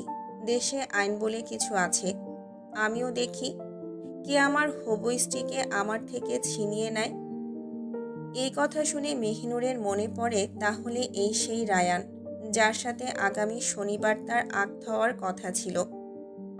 এহসান রায়ানের এমন কথা শুনে বিশ্রী হেসে বলে, তুই কি জানিস না রে কুত্তার বাচ্চা, এই গ্রামে আইন শাসন কিছুই চলে না। এই গ্রাম বড় তালুকদারের কথায় চলে। আর তোর মুখে যদি আর একবার আমার অর্ধাঙ্গিনীর নাম শুনি, তুই উত্তরের মাঠ তোর রক্ত হজম করে নেবে শুয়োরের বাচ্চা। এতটা বীভৎস কথা শুনে ঘৃণায় মাটির নিচে চলে যেতে ইচ্ছে হচ্ছে মেহিনুরের। রায়ান একেবারে এহসানের মুখোমুখি হয়ে বলে, দেখুন, আমি জানি আপনার জমি প্রয়োজন, জমি নিয়ে নিন, আর আমার মেহিনুরকে ছেড়ে দিন, সামনে আমাদের বিয়ে হবার। আর কিছু বলতে পারে না রায়ান। এহসান সজোরে একটা থাপ্পড় বসিয়ে দেয় রায়ানের গাল বরাবর। থাপ্পড়টা এতটা জোরেই মেরেছে যে রায়ানের পুরুষালী ঠোঁট ফেটে তাজা রক্ত টলটল করে ঝরছে থুতুনি বেয়ে। এহসান বাজখাই কণ্ঠে বলে, শুয়োরের বাচ্চা, তোকে বলেছিলাম না আমার নারীর নাম তোর মুখে নিবি না। এই সুযোগে মেহিনুর এহসানের হাতে সজোরে কামড় বসিয়ে দেয়। হঠাৎ অল্প ব্যথা পেতে এহসান মেহিনুরের হাত ছেড়ে দেয়। আর এই সুযোগে মেহিনুর এক দৌড়ে নিজের বাবার পেছনে গিয়ে লুকিয়ে যায়। আকস্মিক এমন ঘটনায় এহসান স্তব্ধ হয়ে যায় কিছুটা। মেহিনুর ওর বাবাকে পেছন থেকে শক্ত করে জড়িয়ে ধরে কাঁপা কাঁপা গলায় বলে, আব্বা, আমায় বাড়ি নিয়ে যাও। এই লোক আমায় মেরে ফেলবে আব্বা, এই লোক খুব ভয়ঙ্কর। আজ সকালে আমায় পানিতে ডুবিয়ে মেরে ফেলতে চেয়েছে। আব্বা, আব্বা তুমি কিছু করো, ও আব্বা। নিজের মেয়ের এমন আহাজারি শুনে অন্তর বিষাদ হয়ে ওঠে মাঝারুল সাহেবের।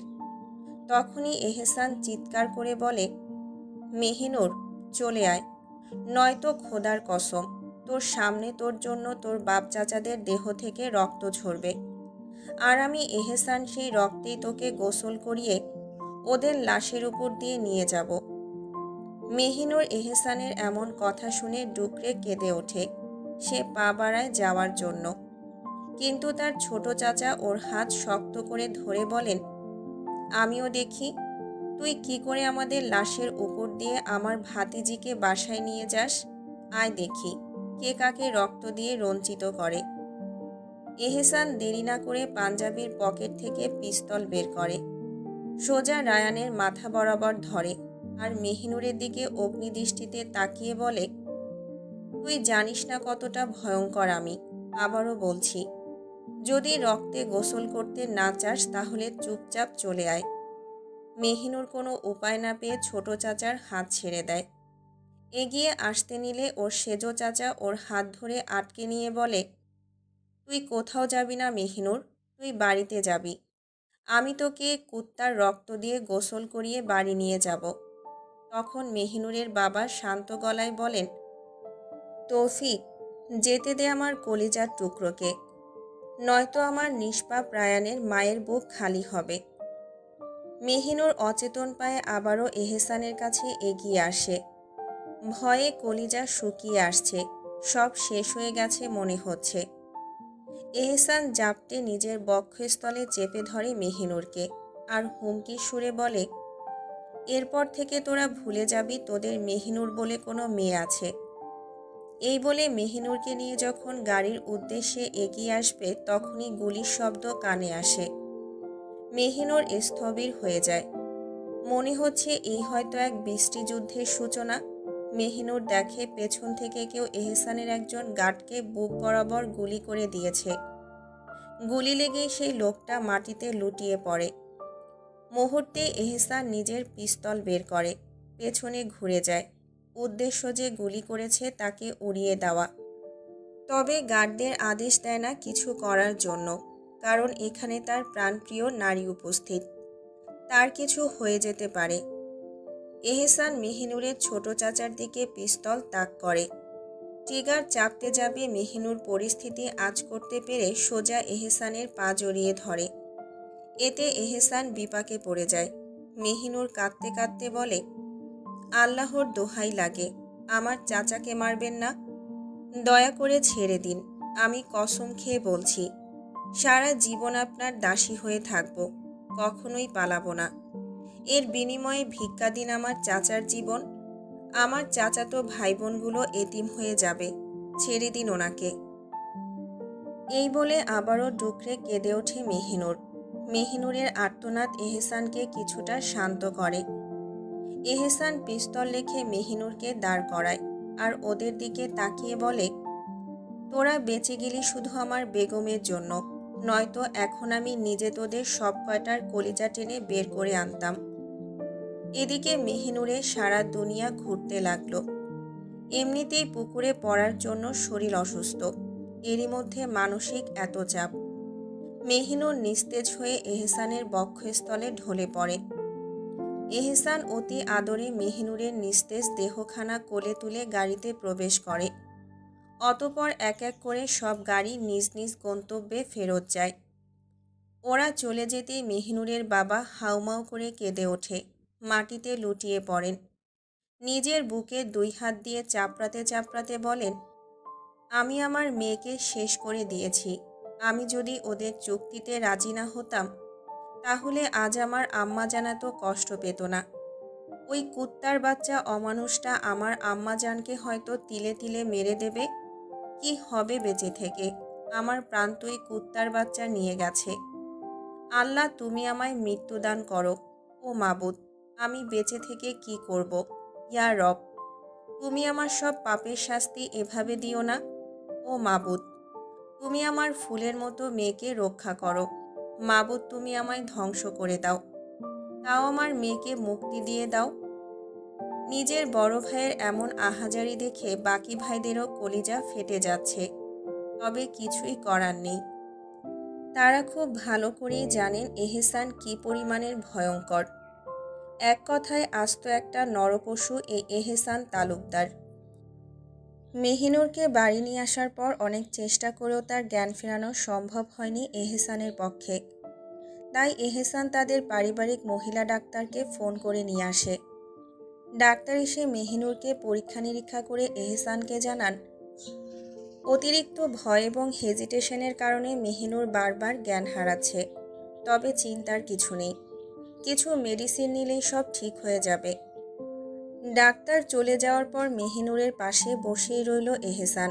তার চাহনি যেন আটকে গেছে মেহিনুরের মুখের উপর। এক মুহূর্তের জন্য চোখ সরাতে পারছে না। মেহিনুরের মুখের প্রশান্তি, তার চুলের এলোমেলো বুনন, এমনকি অচেতন অবস্থায়ও তার সৌন্দর্য এহসানের হৃদয়ে শঙ্খে সুর তুলছে। কিন্তু সেই সুরে এক ধরনের টানাপোড়েনও রয়েছে। এহসান গভীরভাবে তাকিয়ে ভাবে, আচ্ছা, যদি ওর কপালে একবার চুমু খাই, তাহলে কি পাপ হবে? নিজের প্রশ্নের উত্তর যেন নিজেই খুঁজে পায়। মনে ভেসে ওঠে মেহিনুরের করা কথাগুলো, আপনার স্পর্শ আমার জন্য এক ভয়ঙ্কর কলঙ্ক।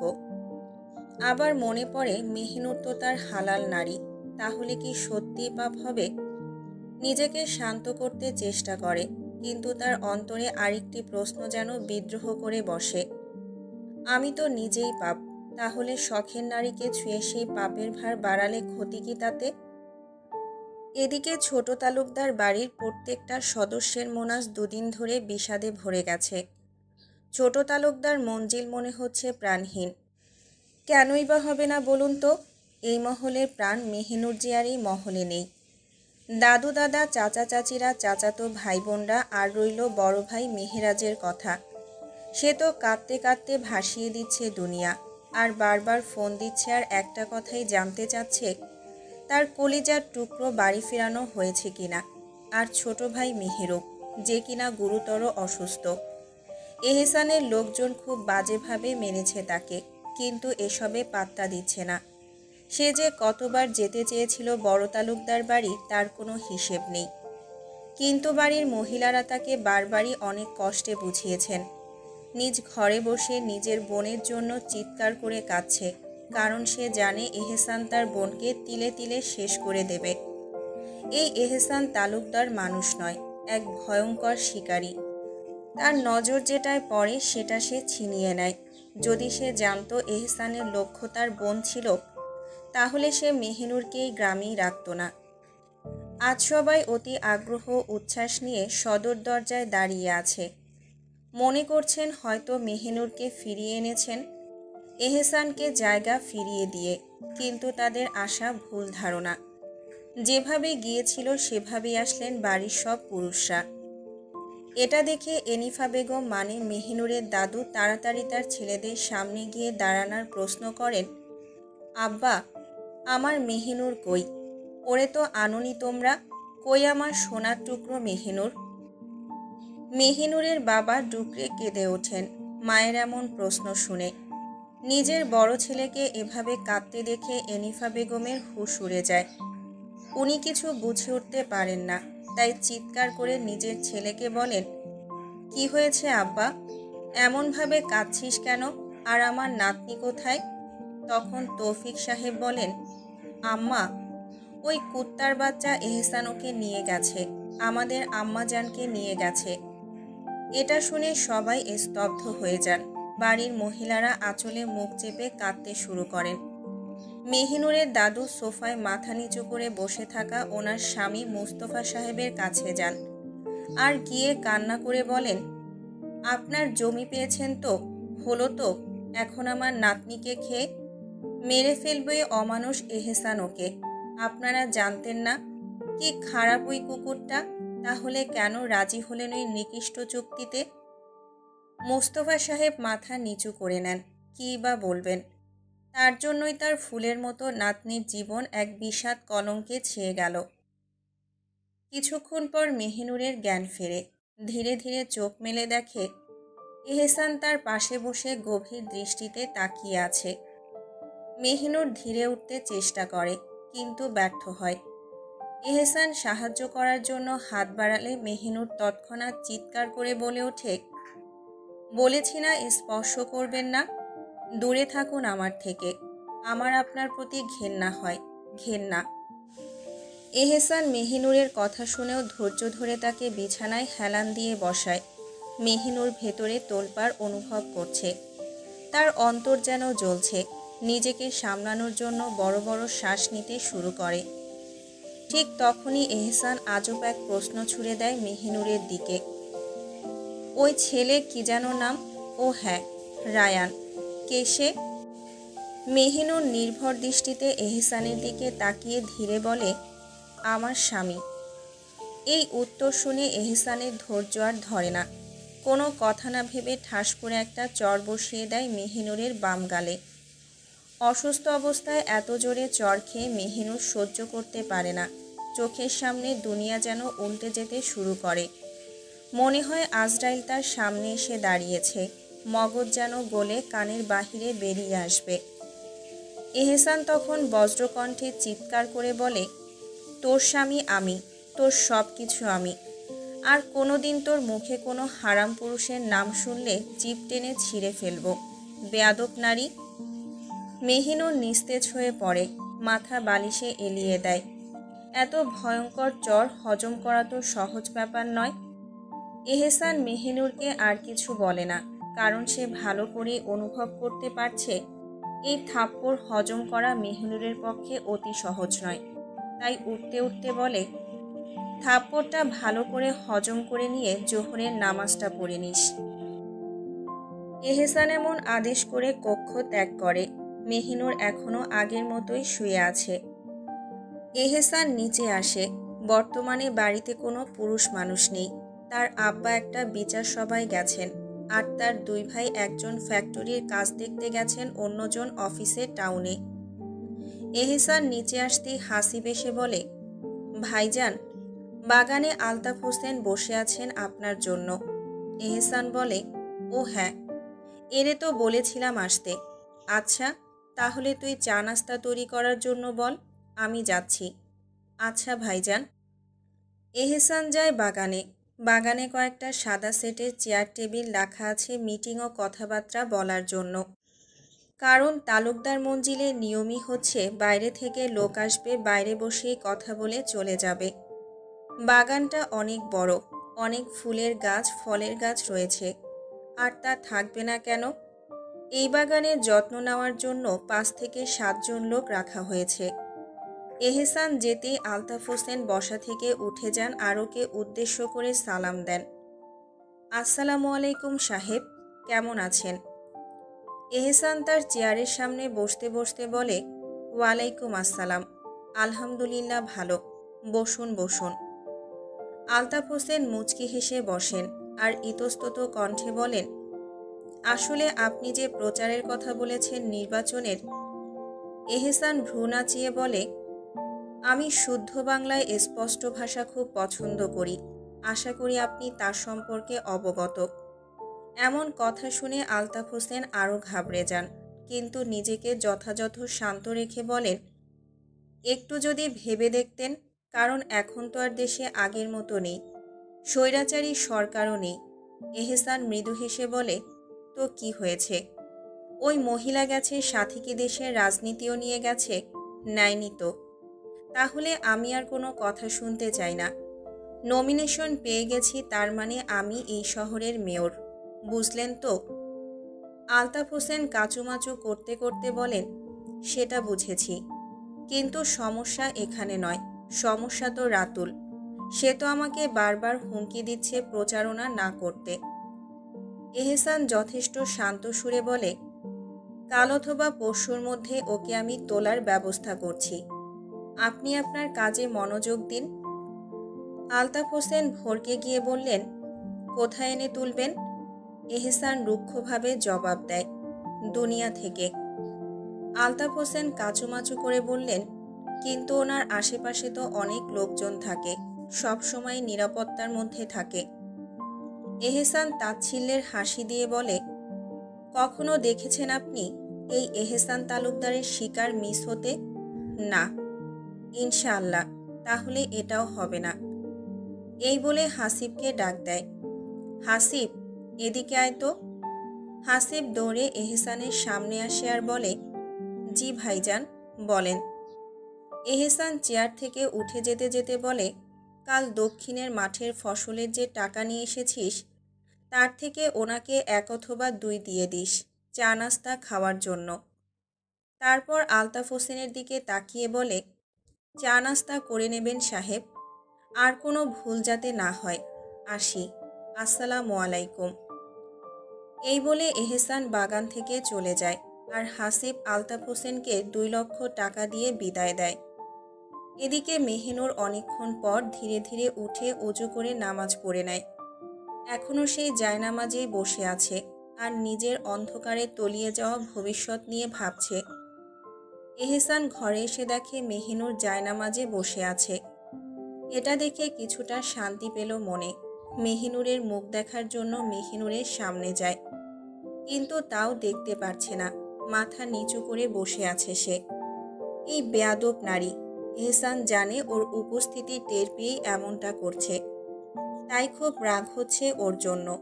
এহসান জানে এটা অহেতুক রাগ, কিন্তু তাও কেন রাগ হচ্ছে? এহসান শান্ত সুরে ওকে ডাক দেয়, মেহিনুর। এমন আকস্মিকভাবে ডাক দেওয়ার কারণে মেহিনুরও মুখ তুলে ওর পানে তাকায়। ব্যাস, এই শেষ। মেহিনুরের এই অবুঝ চাহনি এহসানের বক্ষস্থল অবধি গিয়ে গেঁথে যায়। নামাজ পড়ার জন্য পরনের ওড়নাটা গোল করে মাথায় পেঁচিয়েছে, যার কারণে মেহিনুরের মায়াবী মুখখানা অতি সুন্দর লাগছে।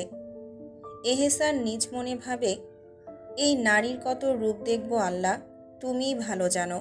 এখন তো পুরো কবুতরের বাচ্চা লাগছে। ইস, মনে হচ্ছে 2 গাল বরাবর কয়েকবার হাজারটা চুম্বন করতে। মেহিনুর মনে মনে ভাবছে, এই কুত্তাকে দেখে কেন জানি আমার অন্তর অবধি বিষাদ হয়ে যায়। ফের চোখ নামিয়ে নেয় মেহিনুর। তখনই এহসানোর অতি নিকটে এসে হাঁটু গেড়ে বসে। মেহিনুর এটা দেখে স্তব্ধ হয়ে যায়, কারণ এহসানোর নিকটে আসা মানে ওর আজরাইল কাছে আসা। এতটা ভয়ঙ্করভাবে ভয় পায় এহসানকে মেহিনুর। এহসানোর 2 গাল আলতো করে ধরে নিজের মুখের দিকে করে। ভয়ে মেহিনুরের ঠোঁট অবধি কাঁপছে। এহসান হেসে বলে, জানিস, তোকে এই রূপে একদম কবুতরের বাচ্চার মতো লাগছে। মেহিনুর ভয়ে ভয়ে বলে, আমায় ছাড়ুন, আমার কষ্ট হচ্ছে। এহসান তাচ্ছিল্যের হাসি দিয়ে বলে, এতটা যত্ন নিয়ে স্পর্শ করি তাও তোর কষ্ট হয়? এহসান হাত সরিয়ে নেয়। মেহিনুর মৃদু স্বরে বলে, কলঙ্কের ছোঁয়া যতই যত্নের হোক তাও হয় বিষাক্ত। এহসান দীর্ঘশ্বাস ফেলে উঠে যায়। কিছু না বলে কাপড় রাখার ঘরে যায়, তাকে অফিসে যেতে হবে। এটা দেখে মেহিনুর অবাক হয়ে যায়, কারণ এই একটি কক্ষের ভেতর কতগুলো কক্ষ সম্ভব। প্রথমত এই কক্ষটাই দুটো বড় বড় কক্ষে বিভক্ত। প্রথমে দরজা খুলে একটি কক্ষ, যেখানটার মাঝখানে রয়েছে রাজকীয় একখানা বড় সোফা, একটা রাজকীয় বইয়ের সেলফ যেখানে হাজারো বই রয়েছে, আর দুটি রাজকীয় ধরনের কেবিনেট প্রথম কামরায়। তারপর একটা বড় দরজা, যেখানে মখমলের পর্দা ঝুলানো। সেই দরজা অতিক্রম করলে আরও একটি বড় কক্ষ, সেখানে রাজা বাদশাদের মতো মখমলের কাপড়ের চাদর দিয়ে সাজানো রাজকীয় একটা বিশাল বিছানা। এখানেও রয়েছে রাজকীয় একখানা বড় সোফা। এই কক্ষে একটি বড় বেলকনিও রয়েছে, তবে মেহিনুর এখনও সেখানে যায়নি। এছাড়াও রয়েছে একটা বড় কালো টেবিল, যেখানে রাখা আছে অনেক কিছু, ল্যাপটপ, কম্পিউটার ইত্যাদি। আরও রয়েছে কক্ষের দেয়ালে অনেক ছোট ছোট তাকের মতো শেলফ, যেখানে বিভিন্ন সংবর্ধনার প্রতীক অ্যান্টিক জিনিসপত্র সুন্দর করে সাজানো। একটি মধ্যম আকারের রাজকীয় ওয়ার্ড্রোব রাখা আছে, যার উপরে রাখা কোরআন শরীফের 3টি খণ্ড ও একটি তসবিহ। ডয়ারে সম্ভবত জায়নামাজ রাখা হয়, কারণ এখান থেকে মেহিনুর জায়নামাজ নিয়েছে। বিছানার দুই পাশে রয়েছে সুন্দর দুটো ছোট টেবিল। এই কক্ষের ঝাড়বাতিগুলো অত্যন্ত দৃষ্টিনন্দন। আর বাকি রইল ওয়াশরুম। এক ওয়াশরুম 3 ভাগে বিভক্ত। একদিকে গোসলের জন্য থাই লাগানো বেশ বড়সড় কক্ষের মতো, আর অন্যদিকে থাই দিয়ে আবৃত টয়লেট, আর মাঝখানে বড় একখানা বেসিন অজুর জন্য। ওয়াশরুমের পাশে একটা দরজা দেখে প্রথমে মনে হয়েছিল সেটা ওয়াশরুম, কিন্তু এখন বুঝতে পারছে সেটি কাপড় রাখার কক্ষ। এই বাড়ির ভেতর এতটা সুন্দর, অথচ বাইরে থেকে পোড়ামাটির রং করে রাখা হয়েছে। দেখে মনে হয় কত বছরের পুরনো রাজবাড়ি। এটাও চিরসত্য, এটি রাজবাড়িই বটে। তাদের পূর্বপুরুষদের মধ্যে কেউ একজন এই এলাকার রাজা ছিলেন। তার সবচেয়ে বড় মহলটি এরা পেয়েছে, আর ছোট মহলটি পেয়েছে মেহিনুররা। এহসান তৈরি হয়ে বেরিয়ে আসে। মেহিনুর ঘরের সৌন্দর্যের মধ্যে ডুবে আছে। তখনই হঠাৎ এহসানের কণ্ঠে ধ্যান ভাঙে মেহিনুরের। দেখে নে, এখন থেকে এই মহলে রাজার রানী তুই। মেহিনুর অবাক হয়ে এহসানের দিকে তাকায়, চোখে বিস্ময়। সারা জীবনে যতবার এহসানকে দেখেছে সব সময় পাঞ্জাবি পায়জামায় দেখেছে, ধবধবে সাদা কিংবা কখনো হালকা রঙের পোশাকে। কিন্তু আজ এহসান যেন অন্য এক রূপ ধারণ করেছে। কালো স্যুটকোট, চকচকে কালো জুতো, বাঁ হাতের কবজিতে ঘড়ি, আর চুলগুলো যেন আলাদা যত্ন নিয়ে গুছিয়ে রাখা। মেহিনুর কিছুক্ষণ স্তব্ধ। এমন করে আগে কখনো দেখেনি এহসানকে। স্বাভাবিক অবস্থায় তাকে সুদর্শন মনে হয়, কিন্তু আজকের এই নতুন রূপ যেন মেহিনুরের মনের কল্পনার সব প্রতিচ্ছবি ছাড়িয়ে গেছে। তবুও মেহিনুরের মনে প্রশ্ন জাগে, যাকে সে এত অপছন্দ করে তার কি সৌন্দর্য চোখে পড়ে? হয়তো নয়। তাই মেহিনুর তাচ্ছিল্যের সুরে বলে, কোনো পাপী রানী আমি হতে চাই না। এহসান মৃদু হেসে বলে, রাজা পাপী, রানী নিষ্পাপ, এর চেয়ে সুন্দর আর কিছু হতে পারে? কিছু বলে না মেহিনুর, শুধু ঘৃণা ভরে তাকিয়ে থাকে এহসানের পানে। এহসান তার ব্যাগ হাতে নিয়ে সালাম দিয়ে বেরিয়ে যায়। এহসান বেরিয়ে এসে আপন মনে বলে, বুকটা কেঁপে ওঠে যখন তোমার চোখের ঘৃণা আমাকে বিদ্ধ করে। এহসান চলে যাওয়ার খানিকক্ষণ পর এশা কক্ষে প্রবেশ করল। তার হাতে খাবারের একটি থালা। মেহিনুর এখনো এক জায়গায় স্থির হয়ে বসে আছে। এশাকে দেখে এক পলক তাকায়, তারপর দ্রুত মুখ ঘুরিয়ে নেয়। এশা ধীর পায়ে এগিয়ে এসে মেহিনুরের সামনে খাবারের থালাটি রাখে। মুখে এক ধরনের বিষণ্ণতা ঝুলেছিল। নরম গলায় বলে, খুব রাগ হচ্ছে, তাই না? মেহিনুর ধীর চোখে তার দিকে তাকায়, ছলছল কণ্ঠে বলে, কি করব বল? তোর ভাইয়ের জন্য আমার জীবনটাই শেষ হয়ে গেল। এখন আমার কি করা উচিত তুই বল। এশা এক দীর্ঘশ্বাস ফেলে বলে, দেখ মেহিনুর, আমিও জানি এই ব্যাপারটা খুব নোংরা, আমার নিজেরও ঘৃণা হয়, কিন্তু কি করব? আমার যে কিছুই করার নেই। কেউ আমার কথা শুনবে না। আর ভাইজান, সে তোকে কখনোই ছাড়বে না। আমার ভাইজান খুব বেশি বাজে একটা লোক। মেহিনুরের চোখে কান্নার ঢেউ ভেসে ওঠে। ফুপিয়ে ফুপিয়ে বলে, তোর ভাই একটা জানোয়ার, একটা পশু। সে আমার ভাইটাকে কুকুরের মতো মেরেছে। কি দোষ ছিল আমার ভাইয়ের? কথা বলে সে হাউমাউ করে কেঁদে ওঠে। এশা দ্রুত তার গাল বেয়ে গড়িয়ে পড়া অশ্রুগুলো মুছে দিয়ে বলে, আমি কি করব বল? কিছুই করার নেই। যাই হোক, এখন খেয়ে নে যান। ওষুধ তো খেতে হবে। তুই খুব অসুস্থ। এশা এক লোকমা ভাত মেহিনুরের মুখের সামনে ধরে। মেহিনুর গলা চেপে এক লোকমা গিলে ফেলে। এহসান যখন তার কোম্পানিতে নিজের কক্ষে প্রবেশ করল, চোখ পড়ল টেবিল জুড়ে ফাইলের স্তূপ। গোটা অফিস যেন নীরব, কিন্তু কাজের চাপ তার মাথার উপর পাহাড় হয়ে ভর করছে। সব চিন্তা সরিয়ে সে নিজের চেয়ারে বসল। হাত বাড়িয়ে একটা ফাইল তুলে নিয়ে সই করতে শুরু করল। কিন্তু কাজের মাঝেই তার মন যেন অন্য কোথাও ছুটে গেল। রাতুলের মুখ বারবার মনে পড়তে লাগল। সেই প্রতিদ্বন্দ্বী, সেই শত্রু যে এখন তার জীবনের বর্তমানে সবচেয়ে বড় বাধা।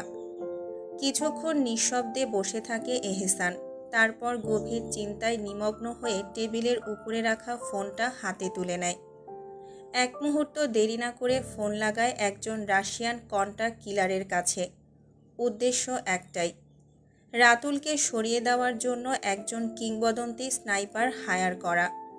কারণ রাতুল এখন সর্বদাই নিরাপত্তার চাদরে মোড়া। তাকে সামনে থেকে আঘাত করা অসম্ভব। ওকে দূর থেকে উড়াতে হবে। এহসান নিজের মনে ফিসফিস করে। রাশিয়ান কিলারের সঙ্গে আলাপের পর সে ঠিক করে একজন দক্ষ স্প্যানিশ স্নাইপারকে হায়ার করবে। এমন একজন যার এক শটে সব কিছুর সমাপ্তি ঘটে। পরিকল্পনা অনুযায়ী এহসান তার কাজ সম্পন্ন করে। বুকের ভেতরটা হালকা লাগলেও চোখে এক অদ্ভুত অন্ধকার নেমে আসে। রাতুল, এবার তোর কাহিনী শেষ। নিজ মনে এহসান কঠিন স্বরে বলে ওঠে। মাগরিবের নামাজ পড়ে মেহিনুর জায়নামাজেই বসেছিল। শান্ত পরিবেশে চোখ বন্ধ হয়ে আছে। কিন্তু হঠাৎই কক্ষে প্রবেশ করে এশা, আমিনা বেগম, এনিসা বেগম এবং আয়শা বেগম। তাদের দেখে মেহিনুর চোখ খুলে অতঃপর তাড়াতাড়ি জায়নামাজ ছেড়ে দ্রুত দাঁড়িয়ে যায়। চোখে বিস্ময়ের ছাপ স্পষ্ট ভরকে যাওয়ার কারণে। তাদের হাতে সাজানো 3টা থালা ছিল। মনে হচ্ছে একটি অদৃশ্য পরিকল্পনার সূচনা। তারা একে একে থালাগুলো বিছানায় রাখেন। মেহিনুর কিছু বলতে যাবে, তখনই এশা ওকে হাত টেনে বিছানায় বসিয়ে দেয়। মেহিনুর শ্বাস আটকে হতবাক হয়ে বলে, কি করছো তোমরা? এসব কি? তখনই আয়শা বেগম ঠান্ডা কণ্ঠে বলেন, মেহিনুর, আজ তোমার আর এহসানের বিয়ের 2 দিন হয়ে গেছে, অথচ তোমাদের বাসর রাতের কোনো ব্যবস্থাই করা হয়নি। তাই আজ সেই ব্যবস্থা করা হবে। মেহিনুর তার কথা শুনে ভয়ানকভাবে আঁতকে ওঠে। এক লাফে উঠে দাঁড়িয়ে বাজখাই কণ্ঠে বলে, কী সব বলছো তোমরা? উনি আমার চাচা হন। চাচা আমার। ওনার সাথে এমন কিছু কখনোই সম্ভব নয়। পাগল হয়ে গেছো তোমরা? আরে আমি কি মানুষ? তোমরা আমাকে একটু তো নিস্তার দাও। এনিসা বেগম ধীরে ধীরে মেহিনুরের হাত ধরে টেনে বিছানায় বসিয়ে দেন। তার মাথায় হাত বুলিয়ে বলেন, দেখ, এটাই বংশের নিয়ম। এহসান এখন তোর স্বামী। তাকে তার প্রাপ্য মর্যাদা ও অধিকার দিতে হবে। মেহিনুর এমন উত্তর পেয়ে দাঁত চেপে বলে, আমি তো তাকে স্বামী হিসেবে মানি না। তাহলে এসব বাজে রাতের কি দরকার? আয়শা বেগম শীতল সুরে বলেন, তুমি মানো বা না মানো, এটাই চিরসত্য। তুমি এখন এহসানের অধীনস্থ, আর তার খুশি হওয়া তোমার দায়িত্ব। আমিনা বেগম সান্ত্বনার সুরে বলেন, মেহিনুর, তুমি বুঝতে পারছো না? তুমি যদি এমন না করো হয়তো এহসান বড় কিছু করতে পারে। মেহিনুর সারা শরীরে একটা শূন্যতা অনুভব করে। তার মুখ থেকে একটা শব্দ বের হয় না। এক অসহায়ত্ব ভর করে। এই মুহূর্তে মনে চাচ্ছে এক দৌড়ে বাড়ি চলে যেতে, নিজের আব্বার বুকে লুকিয়ে যেতে। কিন্তু সে জানে এমন কিছুই সম্ভব নয়। তার চারপাশে যেন শুধুই অন্ধকার, অমানবিকতা। তাদের আচরণে কোনো মানবিক অনুভূতি আছে কি? তারা কি মেহিনুরের মন বোঝে? না, বোঝে না। তারা যদি বুঝতো তবে কি এমন করত? না, করত না। এদিকে মেহিনুরকে স্তব্ধ হয়ে যেতে দেখে এশা হতাশ হয়ে ধীরে ধীরে একটা থালা থেকে মেহেদি বের করে এবং মেহিনুরের হাত নিজের হাতে নিয়ে কামিজের হাতা গুটিয়ে লাগিয়ে দেয়। এশার ভেতরটাও তোলপাড় হয়ে যাচ্ছে, কিন্তু কিছুই করার নেই। সে নিরুপায়। মেহিনুর এশার দিকে তাকায়, চোখে এক ধরনের নিঃশব্দ কষ্ট, কিন্তু আফসোস নিজের কিছুই করার নেই। তার হাতে কিছুই নেই, শুধু নিজের অস্তিত্বের প্রতি এক অদৃশ্য ঘৃণা জন্মাচ্ছে এখন। কারণ এহসান বলেছিল মেহিনুর তার এক পবিত্র অস্তিত্ব। আমিনা বেগম মেহিনুরের অন্য হাতে মেহেদি লাগিয়ে দেন। মেহিনুর শূন্য চোখে তাদের কাজ দেখে। এই বাস্তবতার সঙ্গে সে এক অদ্ভুত সম্পর্ক তৈরি করতে পারছে না। এনিসা বেগম আর আয়শা বেগম কক্ষ থেকে চলে যান, কারণ বাড়ির পুরুষদের চা নাস্তা তৈরি করে দিতে হবে। তখন এহসানও অফিস থেকে চলে এসেছে। সে যখন সিঁড়ি বেয়ে কক্ষে যেতে যাবে, তখন এনিসা বেগম বললেন, আব্বা, এখন কক্ষে যেও না, অন্য কক্ষে যাও। এহসান সব কিছু বুঝে যায়। মায়ের কথা মতো অন্য কক্ষে গিয়ে গোসল করে পাঞ্জাবি পায়জামা পরে বাগানে বসে জমি জমার হিসেব করতে থাকে বাপ ভাইদের সাথে। এশার আজান শোনা যায়। মেহিনুরকে এশা ও আমেনা ধীর কণ্ঠে বলেন, যাও, নামাজ পড়ে নাও হাত ধুয়ে। মেহিনুর কাঠের পুতুলের মতো নির্বিকারভাবে তাদের নির্দেশ অনুসরণ করে অজু করে এসে নামাজে দাঁড়িয়ে যায়। এশা তখন কিছু গোলাপ নিয়ে এসে পুরো কক্ষ সাজিয়ে দেয়, কয়েকটি মোমবাতি জ্বালিয়ে দেয়। ঘরটি এখন ফুলের ঘ্রাণে ভরপুর, মৌ মৌ করছে। অন্যদিকে মেহিনুর নামাজ শেষে একদৃষ্টিতে তাকিয়ে থাকে এশা ও আমেনা বেগমের দিকে। তার মনে প্রশ্ন আসে, তারা তো মেয়ে, তাহলে কিভাবে অন্য একটি মেয়ের ভেতরের অনুভূতি অনুভব করতে পারছে না? আর তাদের কি করার? এই তালুকদার মঞ্জিলে তো পুরুষদের উপরে ওঠা সম্ভব নয়, তাই তারাও হয়তো ওর মতোই নিরুপায়। মেহিনুর নিজের হাতের দিকে তাকায়। দুই হাতের মেহেদি দেখে তার মনটা বিষাদে ভরে ওঠে। গাঢ় রঙের মেহেদিতে রাঙানো হাতগুলো দেখে মেহিনুর ভাবতে থাকে, আজ যদি এমনটা না হতো তাহলে খুশির সাথে আমিও মেহেদি পরতাম। কাল তো আমার আগ ছিল রায়ানের সঙ্গে, কত স্বপ্ন ছিল, অথচ কিছুই হলো না। উল্টো আজ এমন একজনের জন্য মেহেদি পড়তে হচ্ছে যে আমার জীবনের সবচেয়ে ঘৃণিত পুরুষ, যে শুধু কলঙ্কের ছোঁয়া। মেহিনুরের চোখ দিয়ে অশ্রু গড়িয়ে পড়ে। তার নিজের অস্তিত্বের প্রতি এক ধরনের ঘৃণা সৃষ্টি হচ্ছে। মেহিনুরের নামাজ শেষে এশা একটা প্লেটে খাবার নিয়ে আসে। তারপর মেহিনুরের সামনে বসে দুপুরের মতো তার সামনে 2 লোকমা খাবার ধরে। মেহিনুর ছলো ছলো চোখে একবার এশার দিকে তাকায়, তারপর নিঃশব্দে গুনে গুনে মাত্র 4 লোকমা ভাত খায়। তারপর আর মুখে নেয় না। এশা তাকে জোর করে কিছু খেতেও বলে না, কারণ সে জানে মেহিনুরের ভেতরে কি চলছে। খাবার খাইয়ে মেহিনুরকে সাজিয়ে দেওয়ার জন্য সবাই প্রস্তুত হন। ঘরের পরিবেশটা যেন এক অদ্ভুত শান্তিতে ভরে উঠেছিল। এশাও আমিনা মিলেই তন্ন তন্ন করে প্রস্তুতি নিচ্ছিল। অতপর সেই থালা থেকে একটা খয়েরি কালারের নেটের শাড়ি বের করে তাকে পরানো হয়। শাড়িটি মেহিনুরের গায়ের উপর কোমলভাবে বসে যায়, যেন তার শরীরের প্রাকৃতিক সৌন্দর্যকে আরও ফুটিয়ে তোলে। তারপর মেহিনুরের ঘন চুলগুলো ছেড়ে দেওয়া হয়। সেগুলোকে সুন্দর করে আঁচড়ানো হয়, যেন আকাশের নীলাভ দুলাল বাতাসের মতো গড়িয়ে গড়িয়ে আসে। মেহিনুরকে যত্ন করে সাজানো হচ্ছিল, উদ্দেশ্য তাকে পরিপূর্ণ রূপে তুলে ধরা। হালকা লিপস্টিক তার গোলাপি অধরে লাগানো হয়, সুন্দর করে কাজল দিয়ে দেওয়া হয় তার মায়াবী চোখে। সাজানো শেষে মেহিনুরকে আয়নার সামনে দাঁড় করানো হয়। আজ প্রথমবার জীবনে সাজলো মেহিনুর। অনেক অবাক হয়ে আয়নার দিকে তাকিয়ে থাকে।